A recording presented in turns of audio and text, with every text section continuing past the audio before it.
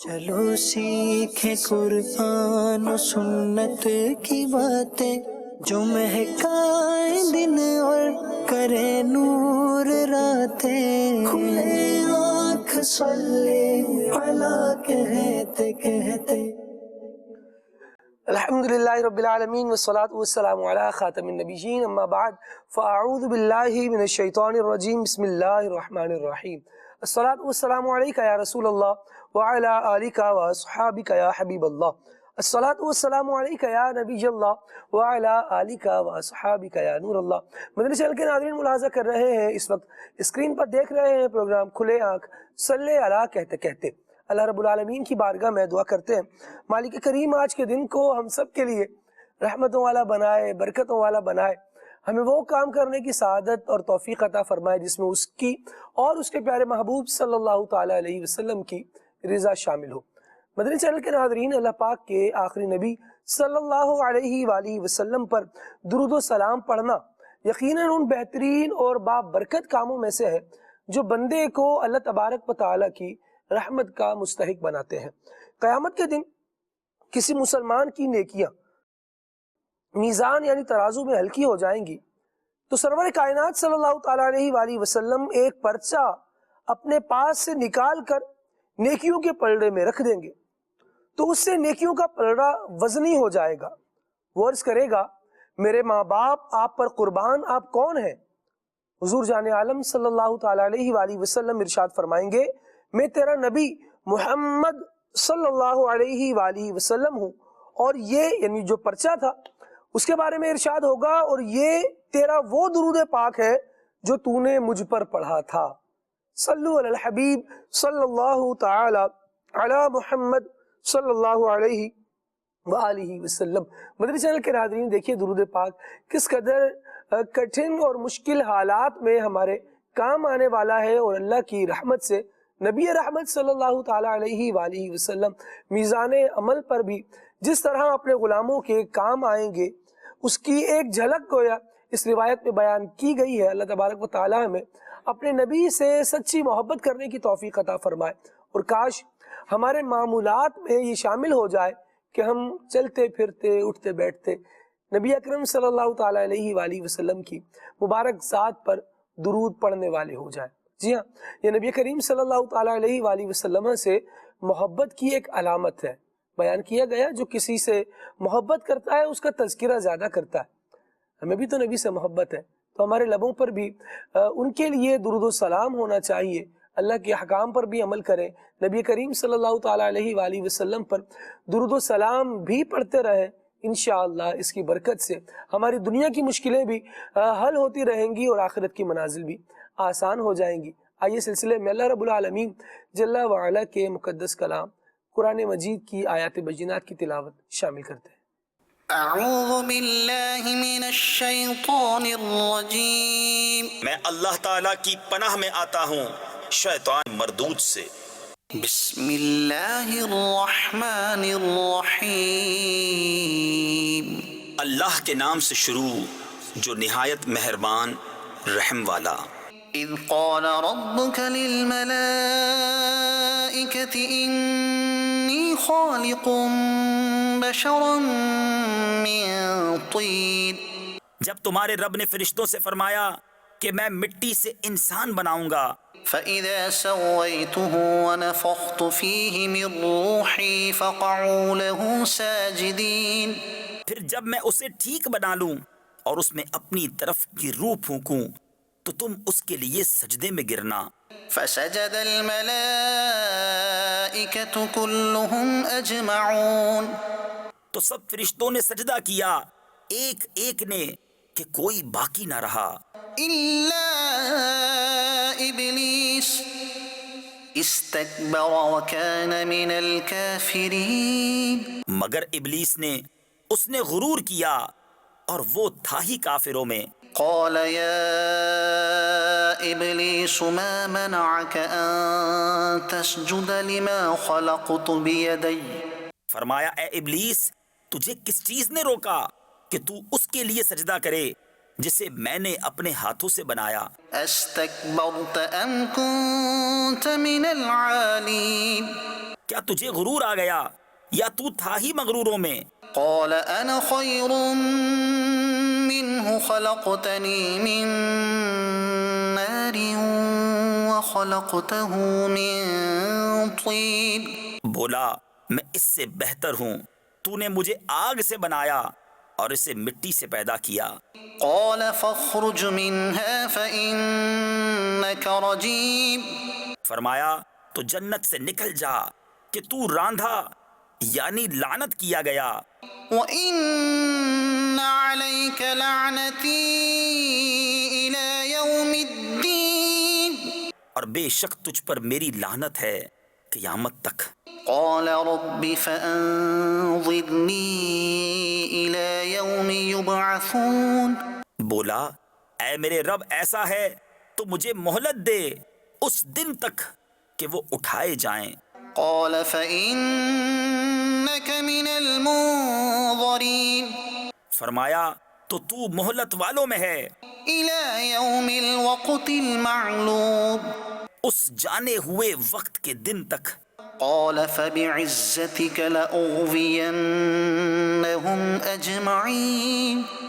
بولا تو تیری عزت کی قسم ضرور میں ان سب کو گمراہ کر دوں گا إلا عبادك منهم المخلصين.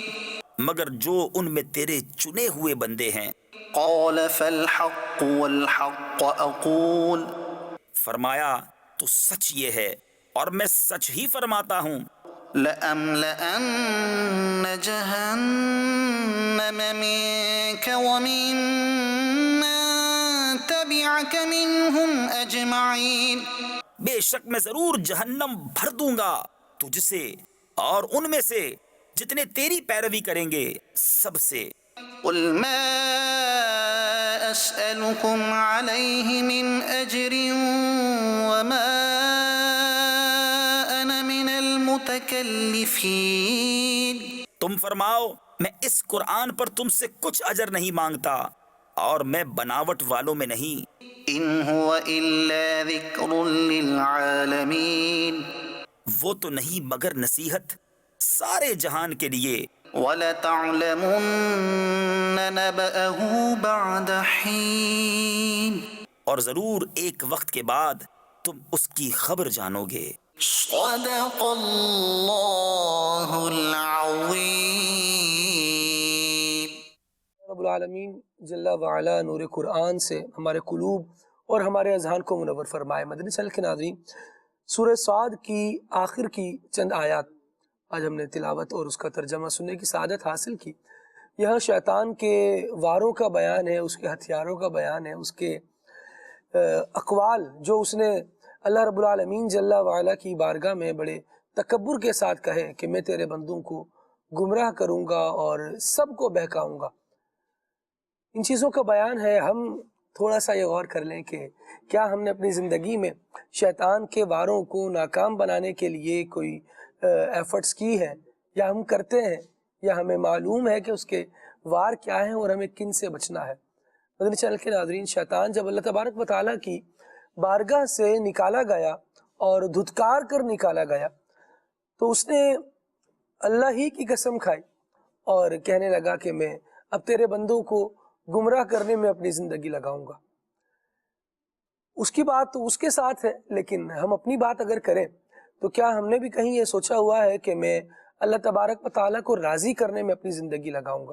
یہ تو شیطان کا کام تھا کہ اس نے اللہ تبارک و تعالیٰ کو ہی نعوذ باللہ گویا چیلنج کیا اور کہا کہ میں تیرے ہی بندوں کو بہکاؤں گا۔ بندے بھی تو ذرا سوچیں، کبھی غور کریں کہ ہم اپنے مالک سے، اپنے کریم سے، اپنے پیدا کرنے والے سے کیسا تعلق رکھتے ہیں؟ کیا اسے راضی کرنا ہماری پریورٹیز میں شامل ہے؟ بلکہ زندگی کا تو یہی ایک مقصد ہونا چاہیے۔ بزرگان دین فرما گئے رضائے مولا از ہما اولا. اللہ کی جو رضا ہے وہ ساری چیزوں سے اعلیٰ ہے، عمدہ ہے، اور وہ سب سے پہلے ہونی چاہیے۔ تو ہمیں اس کی طرف آنا چاہیے، کوشش کریں دعوت اسلامی کے دینی ماحول سے وابستہ رہے۔ امیر اہل سنت دامت برکاتہم العالیہ نے جو ہمیں اپنے کتب و رسائل لکھ کر دیے ہوئے ہیں، جس میں شیطان کی چالوں کا بیان ہے، اس کے ہتھیاروں کا بیان ہے، اور یہ بیان ہے کہ وہ کس طرح سے لوگوں کو بہکانے اور گمراہ کرنے کی کوشش کرتا ہے۔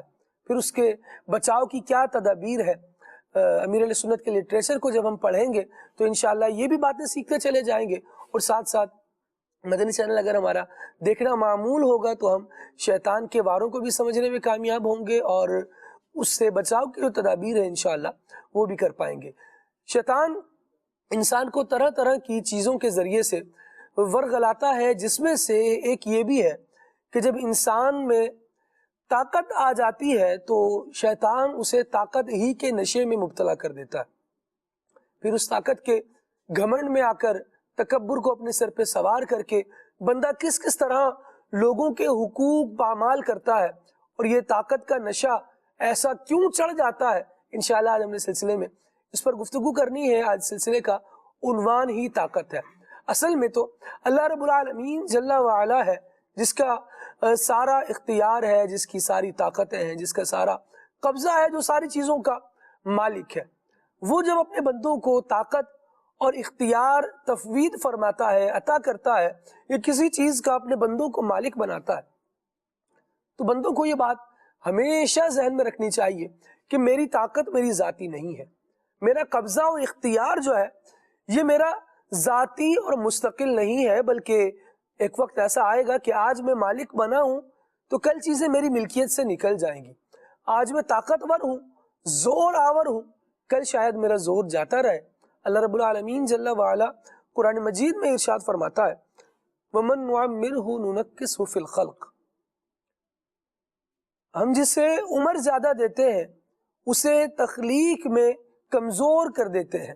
آپ دیکھیے کہ بندے کی عمر بڑھتی چلی جاتی ہے، بچپن سے وہ جوانی کی طرف آتا ہے، کمزوریوں سے گویا طاقت کی طرف آ رہا ہے، ایک وقت آتا ہے کہ اپنی جوانی کے شباب پر ہوتا ہے یہ، اور جوانی کی پوری بہار اس کی زندگی میں نظر آ رہی ہوتی ہے، بڑی طاقت ہوتی ہے، بڑا کر و فر ہوتا ہے، زمین پر قدم بھی رکھے تو ایسا لگے کہ کوئی ہے، کوئی آ رہا ہے، لیکن پھر کیا ہوتا ہے، عمر کے ایک اچھے سٹیج پر آنے کے بعد جب یہ عمر ڈھلنی شروع ہوتی ہے تو وہی قوتیں اس کی جو بہت زیادہ طاقت والی تھیں، اس کے زور کا اور روب کا اظہار ہوا کرتا تھا، اللہ تبارک و تعالی انہی میں جب کمزوری دیتا ہے تو پھر بندے کا سارا زور جا رہا ہوتا ہے۔ یہ ایک کامن سے مثال ہے جو رب العالمین نے قرآن مجید میں بیان کی ہے۔ اس سلسلے کو انشاءاللہ آگے بڑھائیں گے تو طاقت کے عنوان پر بہت ساری باتوں کو کوشش کریں گے کہ ہم جانیں۔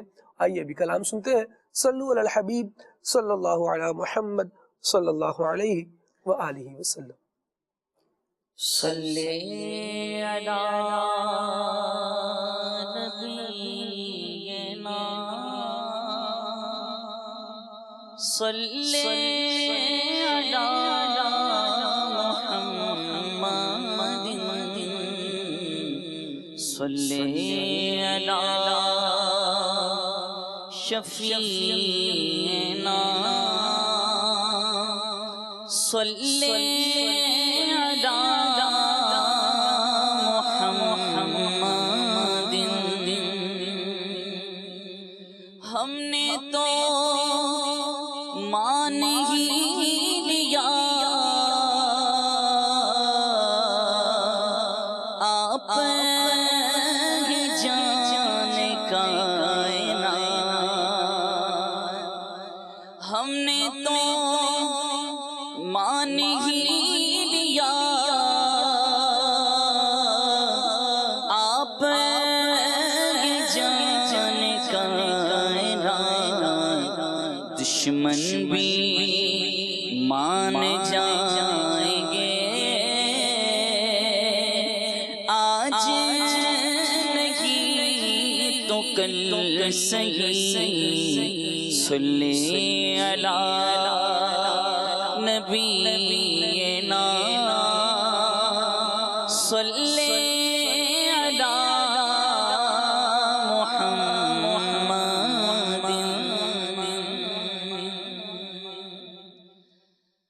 اللہ نے پہنچایا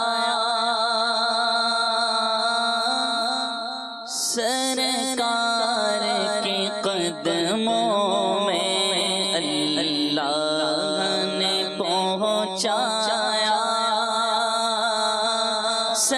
سرکار کے قدموں میں اللہ نے پہنچایا،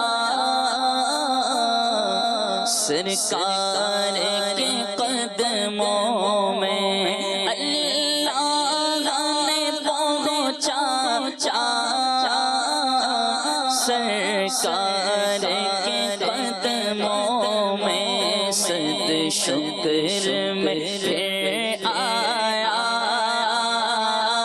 سرکار کے قدموں میں صد شکر میں پھر آیا، سرکار کے قدموں میں اللہ نے پہنچایا، سرکار کے قدموں میں رد کیسے بھلا ہوگی اب کوئی دعا میری، رد کیسے بھلا ہوگی اب کوئی دعا میری، میں رب کو پکارا، سرکار کے قدموں میں رب کو پکارا،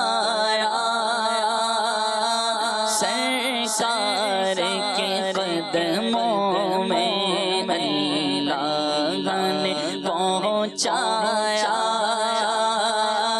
سرکار کے قدموں میں یا رسول اللہ، یا رسول اللہ، یا حبیب اللہ، یا حبیب اللہ، یا رسول اللہ، یا رسول اللہ، یا حبیب اللہ، یا حبیب اللہ، کچھ دیر سلامی کو ٹھہرایا مواجہ پر، کچھ دیر سلامی کو ٹھہرایا مواجہ پر، پھر مجھ کو ادب لایا، سرکار کے قدموں میں پھر مجھ کو ادب لایا، سرکار کے قدموں میں اللہ نے پہنچایا، سرکار کے قدموں میں کچھ لمحے حضوری کے پائے تو یوں لگتا ہے، کچھ لمحے حضوری کے پائے تو یوں لگتا ہے، پائے تو یوں لگتا ہے، ایک عمر گزارا،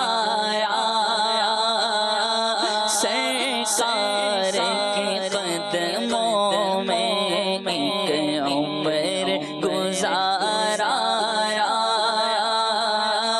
سرکار کے قدموں میں اللہ نے پہنچایا، سرکار کے قدموں میں کچھ کہنے سے پہلے ہی پوری ہوئی ہر خواہش، کچھ کہنے سے پہلے ہی پوری ہوئی ہر خواہش، پوری ہوئی ہر خواہش، جو شب کی پایا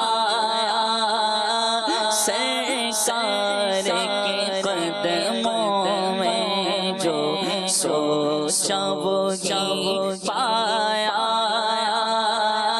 سرکار کے قدموں میں اللہ نے پہنچایا سرکار کے قدموں میں سرکار سلامی کو ہر سال طلب کیجئے سرکار سلامی کو ہر ماہ طلب کیجئے سرکار سلامی کو ہر سال طلب کیجئے ہر سال طلب کیجئے یہ عرض بھی کر آیا سرکار کے قدموں میں یہ عرض بھی کر آیا سرکار کے قدموں میں اللہ نے پہنچایا سرکار کے قدموں میں صد شکر میں پھر آیا سرکار کے قدموں میں یاد آئی سبھی اپنی ہر خطا مجھ کو یاد آئی سبھی اپنی ہر ایک خطا مجھ کو ہر ایک خطا مجھ کو اعمال پہ شرمایا سرکار کے قدموں میں اعمال پہ شرمایا سرکار کے قدموں میں اللہ نے پہنچایا سرکار کے قدموں میں صد شکر میں پھر آیا سرکار کے قدموں میں صد شکر میں پھر آیا سرکار کے قدموں میں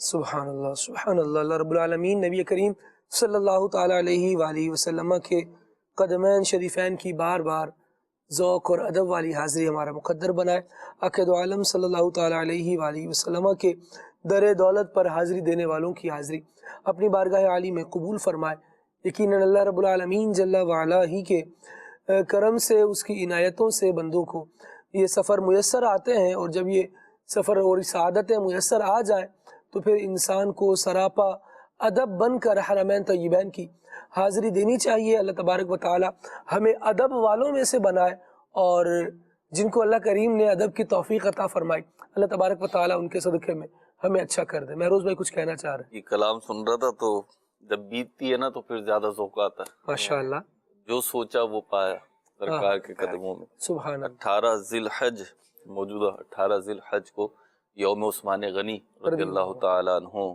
پوری دنیا میں منایا گیا الحمدللہ دعوت اسلامی کے پلیٹ فارم سے بڑے زور و شور کے ساتھ اہتمام کے ساتھ کوششیں کی گئیں اللہ کی رحمت سے اور بالخصوص حرمین طیبین میں موجود حاجیوں کے لیے بھی امیر اہل سنت نے موجود عاشقان رسول کے لیے بھی امیر اہل سنت نے بات ارشاد فرمائی کہ جو مکہ پاک میں ہیں وہ عثمان غنی رضی اللہ تعالیٰ عنہ کے ایصال ثواب کے لیے عمرہ کریں اور جو مدینہ طیبہ میں ہیں تو وہ یاسین شریف کی تلاوت کریں تو عرس منائے گئے تو مدینہ پاک میں بھی عرس منایا گیا میں بھی شریک تھا حضرت سیدنا امیر حمزہ رضی اللہ تعالیٰ عنہ کے قدموں میں عرس منایا گیا. تو خالد میں مزہ آیا. عرس تھا اور عرس کی تقریب میں بہت ساری چیزیں ہوتی ہیں، اس میں سے ایک لنگر بھی ہوتا ہے. تو لنگر تھا اور انواع و اقسام کا لنگر تھا. ماشاءاللہ. تناول کیا تو میں بیٹھا ہوا تھا اور عدنان چشتی بھائی میرے ساتھ بیٹھے ہوئے تھے. تو کسی نے کہا کہ ہاں جی سب کچھ مل گیا. عدنان چشتی بھائی نے کہا جی الحمدللہ. ماشاءاللہ. میں نے عدنان چشتی بھائی کے کان میں کوئی فرمائش کی. میں نے بولا یار میری تو طلب فلاں چیز کی ہو رہی ہے. تو بڑے مزے سے نا عدنان چشتی بھائی کہ مل جائے گا. یہاں کیسے ملے گا؟ کانفیڈنس ہی الگ. ہاں میں نے یہاں کیسے ملے گا، ہماری اپنی نادانیوں والی. تو میں نے یہاں کیسے ملے گا؟ تو یہ مسکرائے اور کہا بیٹھو اشارے سے نا. اچھا میں بیٹھا اور اگلے 2 منٹ میں وہ چیز مل گئی. سبحان اللہ. تو جو کچھ سوچا وہ پایا سرکار کے قدموں میں، سرکار کے مدینہ میں، اور آپ کے صحابہ و اہل بیت کے قدموں میں. اللہ پاک ہمیں توفیق عطا فرمائے. سلام کی عرض بھی ہے اس کلام میں. ایک بات بڑی سوچ کے جو ہے نا وہ چاشنی مل رہی ہے، لذت مل رہی ہے. حضور کے قدموں میں پہنچے ہر عاشق رسول کی تمنا ہوتی بھی اور ہونی بھی چاہیے. یہ تقاضا ہے عشق رسول ہے کہ ہم آپ کے قدموں میں پہنچیں، سنہری جالیوں کے روبرو پہنچیں، گنبد خضرا کی ٹھنڈی چھاؤں میں پہنچے اور وہاں پہ صلاۃ و سلام کے گجرے اور نذرانے پیش کریں. یہ بالکل ہونی چاہیے. لیکن ایک بات ہے خالد بھائی، میں سوچ رہا تھا 2 احادیث میرے ذہن میں آ رہی تھی. کل بھی میں نے عرض کیا تھا ایک جگہ اور آج بھی میرا دل چاہ رہا ہے میں عاشقان رسول کے لیے عرض کروں کہ ہے ذوق افزا بات کہ ہم پہنچے. یہ تو بہت بڑی سعادت ہے، خواہش بھی ہونی چاہیے. اللہ پاک آپ کو اور ہم کو بار بار مدینہ طیبہ کی حاضری نصیب فرمائے. لیکن ایک بات ہے، ہم تو نہیں پہنچ پا رہے تو ہمارا نام پہنچ جائے، ہمارا نام پہنچ جائے. تو درود پاک کے بارے میں حدیث طیبہ میں آیا، ایک حدیث پاک میں آیا کہ تم جہاں بھی ہو مجھ پہ درود پڑھو تو تمہارا درود مجھ تک پہنچتا ہے. اور دوسری میں آیا کہ جب کوئی عاشق رسول درود پڑھتا ہے تو اس کا درود فرشتے اس طرح بارگاہ رسالت میں پیش کرتے ہیں کہ یا رسول اللہ صلی اللہ علیہ وسلم فلاں بن فلاں نے، مثلا مہروز بن استطاعت نے آپ پر درود بھیجا ہے، قبول فرمائیے. تو ہم نہ پہنچے، ہمارا درود پہنچے. اور ویسے بھی علماء نے لکھا ہے کہ بارگاہ رسالت کی حاضری کے لیے درود پاک کی کثرت جو ہے ایک بیش بہا وظیفہ ہے. تو کثرت کریں، اللہ پاک ہمیں توفیق عطا فرمائے. آمین آمین. نبی کریم صلی اللہ تعالیٰ علیہ وآلہ وسلم کی بارگاہ سے لو لگانی ہے، انشاءاللہ درود و سلام بھی پڑھنا ہے. اور اس کی برکت سے دیکھا گیا ہے کہ وہ افراد بھی جن کے پاس اسباب نہیں لیکن درود و سلام کی کثرت ہے اور ایک والہانہ عقیدت کا اظہار ہے سرور عالم صلی اللہ تعالیٰ علیہ وآلہ وسلم کے ساتھ، تو نبی کریم صلی اللہ تعالیٰ علیہ وسلم نے انہیں شرف باریابی بھی عطا فرمایا ہے، اذن حاضری بھی عطا فرمایا ہے اور اسباب حاضری بھی عطا فرمائے. سید عالم صلی اللہ تعالیٰ علیہ وآلہ وسلم کی نوازشات بے بہا میں سے یہ ایک ہے کہ سید عالم صلی اللہ علیہ وسلم اپنے غلاموں پر یوں بھی کرم فرماتے ہیں. مدنی چینل کے ناظرین، آج سلسلے کا ہمارے عنوان اور موضوع جو ہے وہ طاقت ہے. اللہ رب العالمین جل وعلا طاقتوں کا مالک ہے، قدرتوں والا ہے.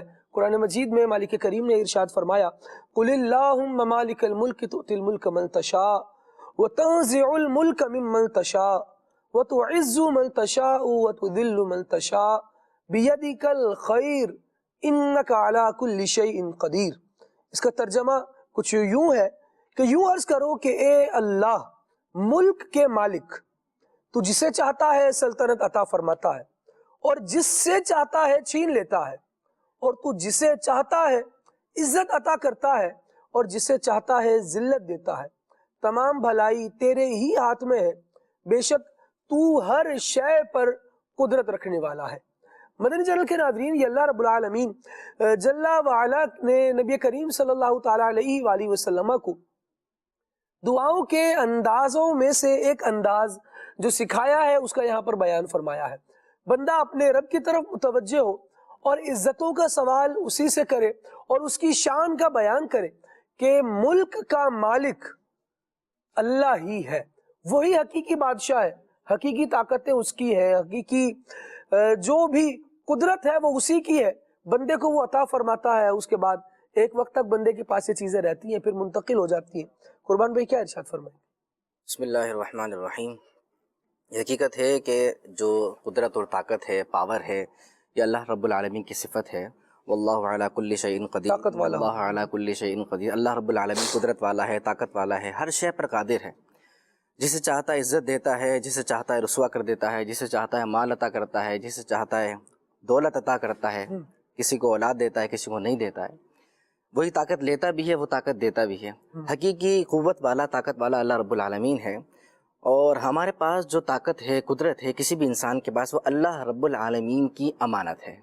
سب سے اہم اور سب سے زیادہ جو سمجھنے والی بات ہے وہ یہی ہے کہ ایک انسان کے پاس جو بھی طاقت ہے وہ کسی بھی فارم میں ہو، طاقت صرف باڈی کا بہترین ہونے کو نہیں کہتے، طاقت صرف مال و دولت ہونے کو نہیں کہتے، کسی کے پاس زبان کی طاقت ہوتی ہے، اس کی سپیکنگ پاور ہوتی ہے، اس کا ایک جملہ جو ہے وہ پوری قوموں کو بدل دیا کرتا ہے، پوری قوموں پر اثر انداز ہوا کرتا ہے، کایا پلٹ جایا کرتی ہیں۔ کسی کی پاور جو ہے قلم میں ہوتی ہے، اس کا ایک دستخط جو ہے نا وہ لوگوں کے جو ہے نا وہ تقدیروں کو بدل دیتا ہے اور فیصلے ہو جاتے ہیں۔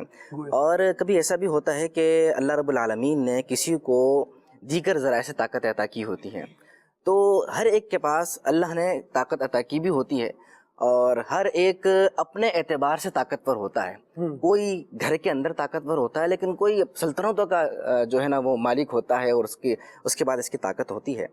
تو اب غور کرنا یہ ہے کہ جو طاقت ہمیں عطا کی ہے یہ اس کی نہیں بلکہ اس کے مالک کی ہے، رب العالمین کی ہے، اس کی امانت ہے۔ جس طریقے سے ایک وہ ہے نا جو سیکیورٹی گارڈ ہوتا ہے، جو رقم کو آگے پیچھے کرنے کی ذمہ داری جس کے اوپر ہوتی ہے، اسی طرح جو کیشیئر ہوتا ہے، رقم گن کے دے رہا ہوتا ہے، تو وہ کبھی اپنی اس رقم پر اتراتا نہیں ہے۔ یہ جو اتنے لاکھوں روپے اس کے پاس سے آ رہے ہیں جا رہے ہیں، اس پہ اتراتا نہیں ہے۔ وہ اس لیے نہیں اتراتا کیونکہ اس کو پتہ ہے میرے ہیں ہی نہیں، ٹھیک ہے، یہ کسی اور کے ہیں، ایک ذمہ داری ہے گن کر دے، میرے پاس امانت ہے اور ذمہ داری جس تک پہنچانی ہے اس تک پہنچانی ہے۔ اس رقم کو یہ رقم جو میرے پاس ہے، تو اس رقم کے میرے پاس ہونے کے لیے جو ذمہ داریاں لگائی گئی ہیں، ان ذمہ داریوں کو پورا کرتے ہوئے اس امانت کو آخر وقت تک پہنچانا ہے، جو اس کی انتہا ہے وہ مجھے مکمل کرنا ہے۔ تو جب اس کو یہ بات پتہ ہوتی ہے، یہاں تک کہ اس کو یہ بھی پتہ ہوتا ہے کہ آخر میں نے اس کا حساب کتاب بھی دینا ہے، اتنی رقم آئی ہے، کہاں کا رکھی، کس طرح اس کی حفاظت کی گئی، کس طریقے سے پہنچائی گئی، غلط ہاتھوں میں گئی نہیں گئی، یہ تمام معاملات ہیں۔ اسی وجہ سے وہ تکبر بھی نہیں کرتا ہے۔ تو جب ایک انسان کو اللہ رب العالمین طاقت عطا فرماتا ہے، اس کے ذہن میں یہ بات ہوتی ہے کہ یہ اللہ کی امانت ہے، تو وہ اس طاقت کا غلط استعمال نہیں کیا کرتا ہے۔ اسی لیے آپ دیکھیں کہ اللہ رب العالمین نے انبیاء کرام علیہم الصلاۃ والسلام کو طاقت عطا فرمائی، یعنی طاقت جو ہے ایک مطلقاً طاقت، یہ کوئی بری شے نہیں ہے، بری چیز نہیں ہے، بلکہ طاقت کا نشہ یا طاقت کا استعمال غلط چیز ہے، اور اسی طاقت کا اگر درست استعمال کیا جائے تو یہ طاقت بہت کمال کی چیز ہے۔ طاقت کا غلط استعمال غلط چیز ہے، غلط چیز ہے، اور اچھا استعمال بہت عمدہ چیز ہے۔ انبیاء کرام کو اللہ رب العالمین نے طاقت عطا فرمائی ہے۔ آپ دیکھیں حضرت یوسف علیہ السلام کو اللہ رب العالمین نے سلطنت عطا فرمائی، حضرت سلیمان علیہ السلام کو اللہ رب العالمین نے سلطنت عطا فرمائی، داؤد علیہ السلام کو عطا فرمائی۔ یوسف علیہ السلام کو اللہ پاک نے جب سلطنت عطا فرمائی تو آپ کے وہی بھائی جنہوں نے آپ کو کنویں میں پھینک دیا تھا، اب آپ کے پاس وہ طاقت اور قدرت تھی کہ آپ ان سے بدلہ لے سکتے تھے، ان کے ساتھ جو سلوک چاہے کر سکتے تھے، لیکن آپ نے اپنے طاقت کا غلط استعمال نہیں کیا، آپ نے ان کو معاف فرما دیا۔ پھر ان کے معاف فرمانا کتنا زبردست ثمرہ اور نتیجہ نکلا جو کہ ہمارے سامنے۔ اسی طریقے سے اگر میں بات کروں آقا دو عالم خاتم النبیین صلی اللہ علیہ وآلہ وسلم کی، کہ جب آپ کو فتح مکہ ملی، کیا طاقت، کیا قدرت، کیا پاور، کیا دبدبہ، آپ کے چاہنے والے، آپ کا ایک آرڈر کافی تھا، ایک آرڈر ہوتا ہے، لوگ بالکل صفحہ ہستی سے مٹ جاتے جنہوں نے آپ کے ساتھ کیا کچھ سلوک نہیں کیا، کتنا برا سلوک نہیں کیا، لیکن اللہ رب العالمین کے پیارے حبیب صلی اللہ علیہ وآلہ وسلم نے کیا فیصلہ فرمایا؟ آج تم سے کوئی پوچھ گچھ نہیں ہے، تم سب معاف ہو۔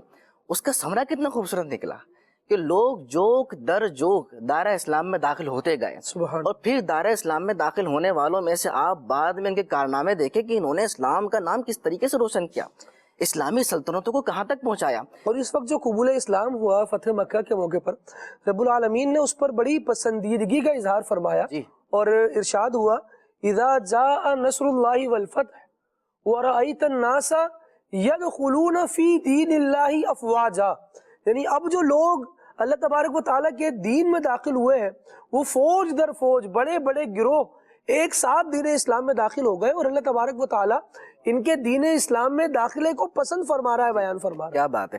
تو اس کے بعد جب یہ جو دین اسلام میں داخل ہوئے، اللہ رب العالمین نے پسند فرمایا، ان کے کارنامے ہمارے سامنے ہیں۔ اس طاقت اس وقت رسول اللہ صلی اللہ علیہ وآلہ وسلم نے جو ان کے ساتھ سلوک فرمایا، یعنی نہ ان کے ساتھ بدلہ لیا گیا، نہ ان کے ساتھ کوئی برا سلوک کیا گیا، ان کو معاف کر دیا گیا، آج تک تاریخ میں یہ بات لکھی ہوئی ہے کہ اس کے بعد اس معافی کا کتنا خوبصورت بدلہ اسلام کو ملا، مسلمانوں کو ملا ہے، اور تاریخ کے سنہرے حروف کتابوں کے اندر لکھے ہوئے ہیں۔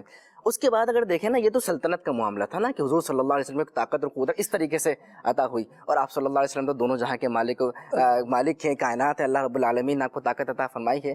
لیکن ایک مقام پہ آپ دیکھتے ہیں کہ حضور صلی اللہ علیہ وآلہ وسلم تنہا ہیں، اکیلے ہیں، اور اکیلا پا کر ایک غیر مسلم آتا ہے اور تلوار لے کے آتا ہے اور کہتا ہے محمد اب بتاؤ تمہیں کون بچائے گا؟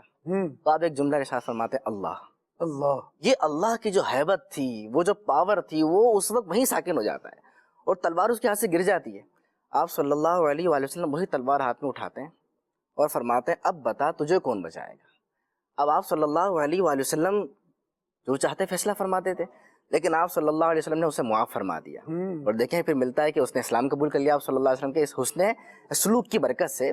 تو طاقت اللہ رب العالمین نے جس شخص کو جب بھی جس طرح بھی عطا فرمائی ہے، جب اس کا صحیح استعمال کیا گیا، یہ سمجھتے ہوئے کہ یہ اللہ کی امانت ہے، اللہ کی دی ہوئی امانت کو اس کے طریقہ کار کے مطابق ہی عمل کیا جائے گا، اس کے طریقہ کار کے مطابق اس کو یوٹیلائز کیا جائے گا، یوز کیا جائے گا، تو دنیا نے اس کا بہترین ثمرہ دیکھا۔ انبیاء کرام کی تعلیمات، صحابہ کرام کی تعلیمات اور تابعین تبع تابعین کی تعلیمات ہمارے سامنے ہیں، اور ان کا انداز ہمارے سامنے ہے کہ دنیا کو کس طریقے سے فائدہ ہوتا ہے۔ لیکن جب طاقت کا غلط استعمال ہوتا ہے، اللہ، جو طاقت کے نشے کے اندر آ جاتا ہے، تو پھر یہ وہ قومیں ہوتی ہیں، یہ وہ افراد ہوتے ہیں جن کی خود کی دنیا بھی تباہ ہوا کرتی ہے اور ان کی آخرت بھی تباہ ہو جاتی ہے۔ بڑی مثالوں میں سے اس کی آپ فرعون کو دیکھیے، نمرود کو دیکھیے، قارون کو دیکھیے، یہ وہ لوگ ہیں جنہیں بڑی طاقتیں ملی، بڑی قوتیں ملی، بڑے خزانے ملے، لیکن اللہ تبارک و تعالیٰ نے، کیونکہ انہوں نے طاقت کا غلط استعمال کیا، اور قارون کے بارے میں تو کہا گیا کہ جب اسے کہا گیا تجھے اتنا کچھ عطا کیا گیا، اللہ کی راہ میں کچھ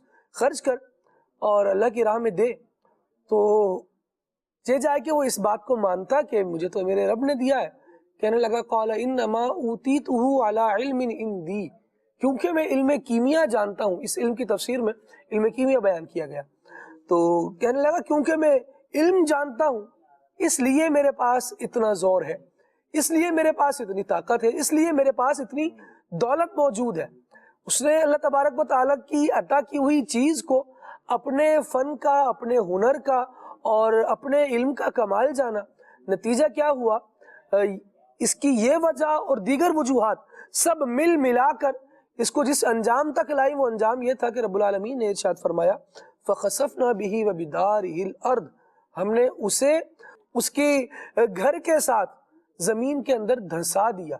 تو جو طاقت کا غلط استعمال کرنے والے افراد ہیں، جلد یا بدیر، مہروز بھائی اس جملے کو آپ ہی پھر ڈیفائن کیجئے گا، جو طاقت کا غلط استعمال کرنے والے افراد ہیں وہ جلد یا بدیر اللہ تبارک و تعالیٰ کی طرف سے عبرت کا نشان ضرور بنائے جاتے ہیں۔ کیا کہیں؟ بالکل ایسا ہی ہے جیسے آپ نے کہا، بلکہ حدیث شریف میں مضمون موجود ہے کہ اللہ رب العزت نے ہر اپوزٹ کے بارے میں فرمایا، یعنی مظلوم کے بارے میں فرمایا کہ مظلوم کی مدد ضرور کرتا ہوں اگرچہ دیر سے۔ خالد بھائی یہ جو بات حضرت نے کی نا، قربان بھائی نے بڑا کمال کا جملہ انہوں نے کہا کہ طاقت جو ہے، طاقت کے بارے میں انہوں نے کہا کہ یہ جو ہے امانت ہے۔ امانت بہت یہ بڑا بھاری جملہ ہے، میں سمجھتا ہوں کہ صرف اس جملے کو لے لیا جائے نا تو پورا مفہوم سمجھ میں آ جائے گا، اگر اس میں ایک ورڈ اور ایڈ کر لیا جائے تو زیادہ آسانی سے سمجھ میں آ جائے گا۔ وہ یہ کہ طاقت جو ہے نا یہ ایک آزمائش ہے، کیونکہ نعمت ہے طاقت و قدرت، اور ہر نعمت جو ہے وہ آزمائش ہے۔ اس کا درست استعمال کیا جائے گا تو وہ اللہ تعالیٰ کا قرب دلائے گی، مخلوق میں بھی مقبول بنائے گی، اور آخرت کا بھی اجر دلائے گی۔ اور اگر اس نعمت کو مس یوز کیا جائے گا تو پھر ظاہر سی بات ہے وہ وبال جان بنے گی، دنیا میں بھی ذلت اس کے باعث ملے گی بندے کو، اور آخرت میں بھی رسوائی اس کا مقدر بن جائے گی اگر مس یوز کرے گا تو۔ اور اللہ کی نعمتوں کا ایک عجیب سا اصول ہے، منفرد سا اصول ہے۔ دنیا میں کوئی بھی شخص جب آپ کو کچھ دیتا ہے نا خالد بھائی، تو وہ اپنے ایٹیٹیوڈ سے، اپنے الفاظ سے، کسی نہ کسی طریقے سے یہ بات باور کرا دیتا ہے کہ بیٹا یہ ہم نے دیا، ہاں جی، یہ ہم نے احسان کیا ہے۔ یہ خیال رکھنا ذرا، یعنی کوئی کولیگ ہے، کوئی آپ کا ساتھ دیتا ہے تو کہتا خالد بھائی ہم نے آپ کا ساتھ دیا، آپ بھی دیکھ لیجئے گا۔ کوئی بڑا کرتا ہے تو وہ کہتا ہے دیکھ لو ہمارے ساتھ رہو گے تو عیش کرو گے، اس طریقے کی باتیں کرے گا، مطلب جتا دے گا نا۔ لیکن اللہ تعالیٰ کی نعمتوں کا ایک منفرد انداز، یہ ملتی ہیں۔ ایک تو یہ نہیں جتایا جاتا کہ ہم دے رہے ہیں، صحیح. یعنی پرٹیکولر فرد کو نہیں جتایا جاتا. ایک مجموعی طور پہ تو قرآن کریم میں بیان کیا گیا, صحیح. لیکن یوں نہیں خالد قربان مہروز تمہیں یہ دیا جا رہا ہے یاد رکھنا, نہیں ایسے نہیں ہے. ایک تو جتایا نہیں جا رہا, دوسرا یہ بھی نہیں جتایا جا رہا کہ نعمت ہے. تو اب قاعدہ کلیہ یوں ہوتا ہے کہ جب لوگوں کو ملتا ہے کہ جیسے آپ نے بیان کیا تو لوگوں کو یہ خوش فہمی ہونے لگتی ہے کہ یہ تو ساری کارکردگی جو ہے, ساری طاقت جو ہے وہ ہمارے مرہون منت ہے, ہم نے فلاں فلاں کام کیے تو اس کا رزلٹ ہونا. یہ بہت اچھی بات آپ نے لی, کہ بندہ صرف یہ نہ سمجھے کہ یہ تو قارون نے کہا تھا کہ مجھے میرے علم کی وجہ سے ملا ہے. ہم اپنے جملوں پر بھی غور کرتے چلے جائیں, جو نعمتیں ہمیں میسر ہوتی ہیں ان کے بارے میں ہمارے الفاظ کیا ہے. ہم آپ کا بھائی بڑا صلاحیت ڈیزرو کرتا تھا بھائی, میں ڈیزرو, کیا بات ہے, مطلب کیا خالد بھائی آپ نے کیا بٹھایا, میں ڈیزرو کرتا تھا. خالد بھائی آپ نے محروز کو صوفے پہ کیا بٹھایا, میں ڈیزرو کرتا تھا بھائی, کہاں بٹھاؤ گے مجھے آپ. تو یہ جو چیز ہے کبھی جملوں میں اور نہیں تو اکثر اوقات ہمارے ایٹیٹیوڈ میں یہ چیز ہوتی ہے. آج جو ہم بات کر رہے ہیں طاقت پر لے کر, قربان بھائی نے اس کی مختلف قسمیں بیان کی تھی. میں چاہتا ہوں قسموں کے ساتھ اس میں درجات بھی ایڈ کر لیے جائیں, کیونکہ جب طاقت کی بات آتی ہے, جب قدرت کی بات آتی ہے تو عموماً لوگ سپرلیٹو ڈگری پر جا رہے ہوتے ہیں. ان کی نظروں میں جو سب سے زیادہ مخلوق کی بات میں کر رہا ہوں, طاقتور ہوتا ہے, قدرت والا ہوتا ہے, تو اس کو ذہن میں سوچ سوچ کے آتا ہے ہاں وہ بھی ایسا, وہ بھی ایسا, فلاں بھی ایسا. تو یاد رکھیے کہ طاقتوں کی جیسے مختلف اقسام ہیں جو قربان بھائی نے بیان کی تھی, کہ طاقت صرف یہ نہیں کہ زور بدن ہو, زور جسم ہو, بلکہ اور قسم کی بھی طاقتیں. ایسے ہی طاقتوں کے لیول بھی ہیں, ہر کسی کا الگ لیول ہے. کوئی شخص ہے پوری قوم کا ذمہ دار ہے, کوئی شخص ہے قوم کے مخصوص حصے کا ذمہ دار ہے, کوئی شخص ایک ادارے کا ذمہ دار ہے, کوئی شخص ایک خاندان کا ذمہ دار ہے, اور کوئی شخص محض ایک فرد کا ذمہ دار ہے. اگر ہم احادیث کریمہ اور قرآن کریم کی طرف جائیں تو جو قرآن کریم میں فرمایا گیا نا, الرجال قوامون علی النساء, وہ طاقت ہی ہے نا, صحیح, مردوں کو حاکم بنایا. اسی طریقے سے وہ جو حدیث پاک میں آیا کہ تم میں سے ہر ایک نگران ہے, نگہبان ہے, اور اس سے اس کی رعیت کے بارے میں پوچھا جائے گا. تو آپ دیکھیں تو یہ طاقت و قدرت ہی کی ایک قسم ہے. ہم بعض اوقات سمجھ رہے ہوتے ہیں جناب ہمارے پاس طاقت نہیں ہے. میں تو کہتا ہوں جو پیون کا فورمین ہے نا, ہیڈ ہے پیونز کا, اس کے پاس بھی تو طاقت ہے نا. چپڑاسیوں کا جو ہیڈ ہے اس کے پاس بھی تو طاقت ہے. اگر آپ دیکھیں تو اس سے کم لیول میں کیا بیان کروں. اسی طریقے سے گھروں میں دیکھیں تو ساس یا سسر جو ہیں یا اماں ابا جو ہیں وہ گھر کے لیڈر ہیں, بڑے ہیں وہ. اب وہ جو چاہے فیصلہ کریں وہ نافذ ہوگا, صحیح ہو غلط ہو. یہاں سے ہم ترغیب بھی دیتے ہیں چھوٹوں کو جو بچے ہیں, اور فیصلے تو ان کے اوپر اتنے سارے ہیں کہ کیا پکے گا اس کا فیصلہ بھی انہوں نے ہی کرنا ہے, کیا پہننا ہے بعض اوقات یہ بھی فیصلہ انہوں نے کرنا ہے.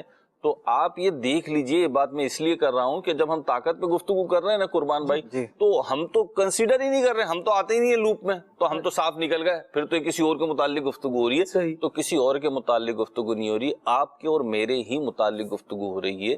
ہم میں سے ایک سچ, ہر شخص اپنے اپنے لیول پہ کھڑا ہو کے دیکھے کہ میرے ماتحت کتنے افراد ہیں, کتنے افراد ایسے ہیں کہ جن کا لیڈر, جن کا سربراہ, جن کا جواب دہ میں ہوں, اور میں ان کے ساتھ کیا ایٹیٹیوڈ, کیا بیہیویئر اپنا رہا ہوں, اور وہ بیچارے محض مجبور ہو کے مسکرا رہے ہیں اور قبول کر رہے ہیں. اور میں کہتا ہوں تو قبول کر رہے ہیں, تو یہ قبول نہیں کر رہے بیچارے. دراصل وہ بات یہ, وہ مسکرائے نہیں تو اور کیا کریں اپنی بے بسی پر. تو یاد رکھیے گا آپ نے جو بات کہی تھی, جہاں سے بات شروع کی تھی آپ نے, کہ ظلم کا انجام بہرحال مل کے رہتا ہے, چاہے دیر سے ملے. تو ہم دنیا میں بھی دیکھتے ہیں خالد بھائی, لیکن نعمتوں کی جب مس یوز کیا جاتا ہے نا, یا جب اللہ تعالیٰ کسی سے ناراض ہوتا ہے. میں نے بات پڑھی اور بڑی دلگیر بات ہے, بڑی نا مطلب دل پکڑ لیتی ہے بات, کہ اللہ تعالیٰ کی پکڑ ایسی ہے, شدید پکڑ کہا گیا نا, شدید پکڑ. اللہ تعالیٰ کی پکڑ شدید ہے, جب وہ پکڑ کرتا ہے تو پھر کوئی بچا نہیں سکتا. یہ ساری باتیں تو قرآن کریم نے بیان کی. ایک اور بات خالد بھائی, کہ بعض اوقات پکڑ آتی ہے اور اللہ تعالیٰ کی پکڑ ایسی ہوتی ہے, وہ قرآن کریم نے ایک لفظ استعمال کیا نا, مکر اللہ, اللہ کی خفیہ تدبیر. خالد بھائی پکڑ ہوتی ہے, لیکن بندے کو یہ سجائی نہیں دیتا کہ میری فلاں گناہ پر, فلاں طاقت کے مس یوز پہ, فلاں نعمت کے مس یوز پر میری گرفت کی گئی. وہ کہیں اور ہی اس کا علاج ڈھونڈ رہا ہوتا ہے. بات سمجھ رہے ہیں میری خالد بھائی, کہ بیماری کچھ اور ہے اور علاج کسی اور چیز کا کیا جا رہا ہے. یہ غفلت کے پردے ڈال دیے جاتے ہیں. تو صوفیہ نے بیان کیا یہ پکڑ کی بھی شدید قسم ہے, کہ بندہ گرفت میں آ گیا ہے لیکن اس کو یہ سجھائی نہیں دے رہا کہ میں گرفت میں کیوں آیا ہوں کہ وہ اپنے آپ کو اس سے نکال سکے، بلکہ دلدل کی مثل بن جاتا ہے کہ وہ مزید اس کے اندر دھستا چلا جاتا ہے۔ میرے خیال سے یہاں پر یہ مثال زیادہ سمجھ اور فہم کے قریب ہوگی کہ بسا اوقات بندہ بیمار ہوتا ہے اور اس کا مرض تشخیص نہیں ہو پا رہا ہوتا، ڈاکٹر بتا رہے ہیں صحت گر رہی ہے، ساری چیزیں نظر آ رہی ہیں کہ کوئی بیماری ہے، لیکن ڈائگنوز نہیں ہو پا رہا، کوئی رپورٹ ساری پازیٹیو آ رہی ہیں، کوئی مطلب ایسی تشویشناک رپورٹ نہیں آ رہی کہ جہاں سے مرض تک پہنچا جائے اور اس کا حل تلاش کیا جائے۔ تو ایسی سچویشن میں ڈاکٹر مزید یہ بات کہتے ہیں کہ بھائی یہ اگر جلدی پتہ نہیں چلا تو مرض بہت زیادہ بڑھ جائے گا اور پھر آپریشن تک جانا پڑے گا یا معاملات خطرناک ہی ہوتے۔ ہاسپٹل میں تھا خالد بھائی، جی ہاسپٹل میں تھا اور ایک پیشنٹ تھے تو بخار تھا انہیں، یعنی میجر کیس تھا لیکن بخار بھی تھا۔ صحیح۔ تو جو جونیئر ڈاکٹر تھے وہ انہیں بخار کی دوائیاں دے رہے تھے۔ تو ہوتا ہے بعض اوقات یہ حادثہ ہو جاتا ہے، بات تو چھوٹی سی تھی لیکن توجہ میں نہیں آئی۔ سینئر ڈاکٹر آیا اور اس نے پوچھا کہ بھائی کیا معاملہ ہے، تو اس نے بتایا کہ جی سر 2 دن سے بخار ہے، بخار اتر نہیں رہا۔ تو ہم نے بولا کیا ٹریٹمنٹ کیا؟ انہوں نے بتایا ٹریٹمنٹ کا، بخار ہے کیوں؟ تو وہ جونیئر ڈاکٹر آپس میں باتیں کرنے لگے، سب تو مجھے سمجھ میں نہیں آئی، لیکن اس نے مریض کو دیکھا اور مریض کے ہاتھ پہ نا کینولا لگا ہوا تھا، کینولا چیک کیا تو جونیئر ڈاکٹر نے ایک دم سے سکپٹا کے بولا نہیں سر چیک کرو۔ تو وہاں سے جو ہے نا کینولا پہ سیپٹک وغیرہ کچھ ہو گیا تھا اور اس کی وجہ سے، اس زخم کی وجہ سے بخار ہو رہا تھا۔ یہ میری آنکھوں دیکھی بات ہے سامنے کی۔ تو اس نے سینئر ڈاکٹر نے سب سے پہلے کینولا نکلوایا، کہا یہ نکالیں، اور اب وہی دوائیں اثر کرنے لگی۔ صحیح۔ تو جو آپ کہنا چاہ رہے تھے یا میں کہنا چاہ رہے تھے، یہ تو صرف مثال ہے، ایسا نہیں ہے کہ معاذ اللہ کوئی بیمار ہوا ہوا اور اس کی بیماری ڈائگنوز نہیں ہو رہی تو وہ ظلم کر آئے، تو صرف ایک مثال دی گئی۔ تو واقعی میں ایسا ہو جاتا ہے۔ تو میں اور مدنی چینل کے ناظرین اپنے لیول پر رہ کر یہ دیکھیں کہ کہیں ہم ظلم کرنے والے تو نہیں ہیں، کہ ہم طاقت کا، قدرت کا مس یوز کرنے والے تو نہیں ہیں۔ اور میں ایک بات کہتا چلوں یہاں پہ، آگے شاید کہیں ہم اس کو تفصیل سے ڈسکس کریں، کہ معاشرہ نا اپنے بڑے ہی بدترین دور سے گزر رہا ہے۔ یہ وہ والی بات نہیں ہے کہ ہم بڑے بدترین دور سے گزر رہے ہیں، ہر کوئی کہتا ہے کہ اس وقت جو صورتحال ہے وہ الگ ہے، میں یہ بات نہیں کر رہا۔ بدترین اس اعتبار سے کہہ رہا ہوں خالد بھائی کہ اس وقت ایسا لگتا ہے، میری آبزرویشن ہو سکتا ہے غلط ہو، اس وقت ایسا لگتا ہے، یعنی حدیث پاک میں، قرآن کریم میں اور دین اسلام کی مجموعی تعلیمات دیکھیں نا، تو ایک انسان کامل، ایک مومن کو یہ حکم دیا گیا کہ نہ ظالم بنو اور نہ مظلوم بنو۔ صحیح۔ نہ تم ظلم کرنے والوں کی صف میں شامل ہو اور نہ ہی مظلوموں کی صف میں شامل ہو، بلکہ اعتدال میں رہو اور اپنے حقوق کا تحفظ کرتے ہوئے دوسروں کے جو فرائض تمہارے ذمے ہیں یا دوسروں کے جو حقوق تمہارے ذمے ہیں وہ ادا کرتے رہو۔ صحیح۔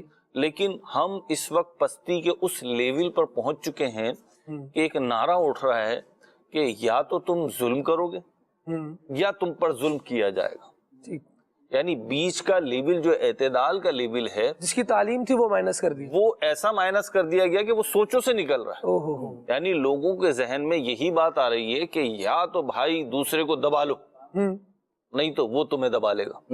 گویا کہ یہ کوئی وہ ریسلنگ کا جو ہے نا وہ ایک حالہ ہے کہ جس کے اندر 2 پہلوان داخل ہوئے ہیں، یا تو تم اسے چت کرو گے یا وہ تمہیں چت کرے گا۔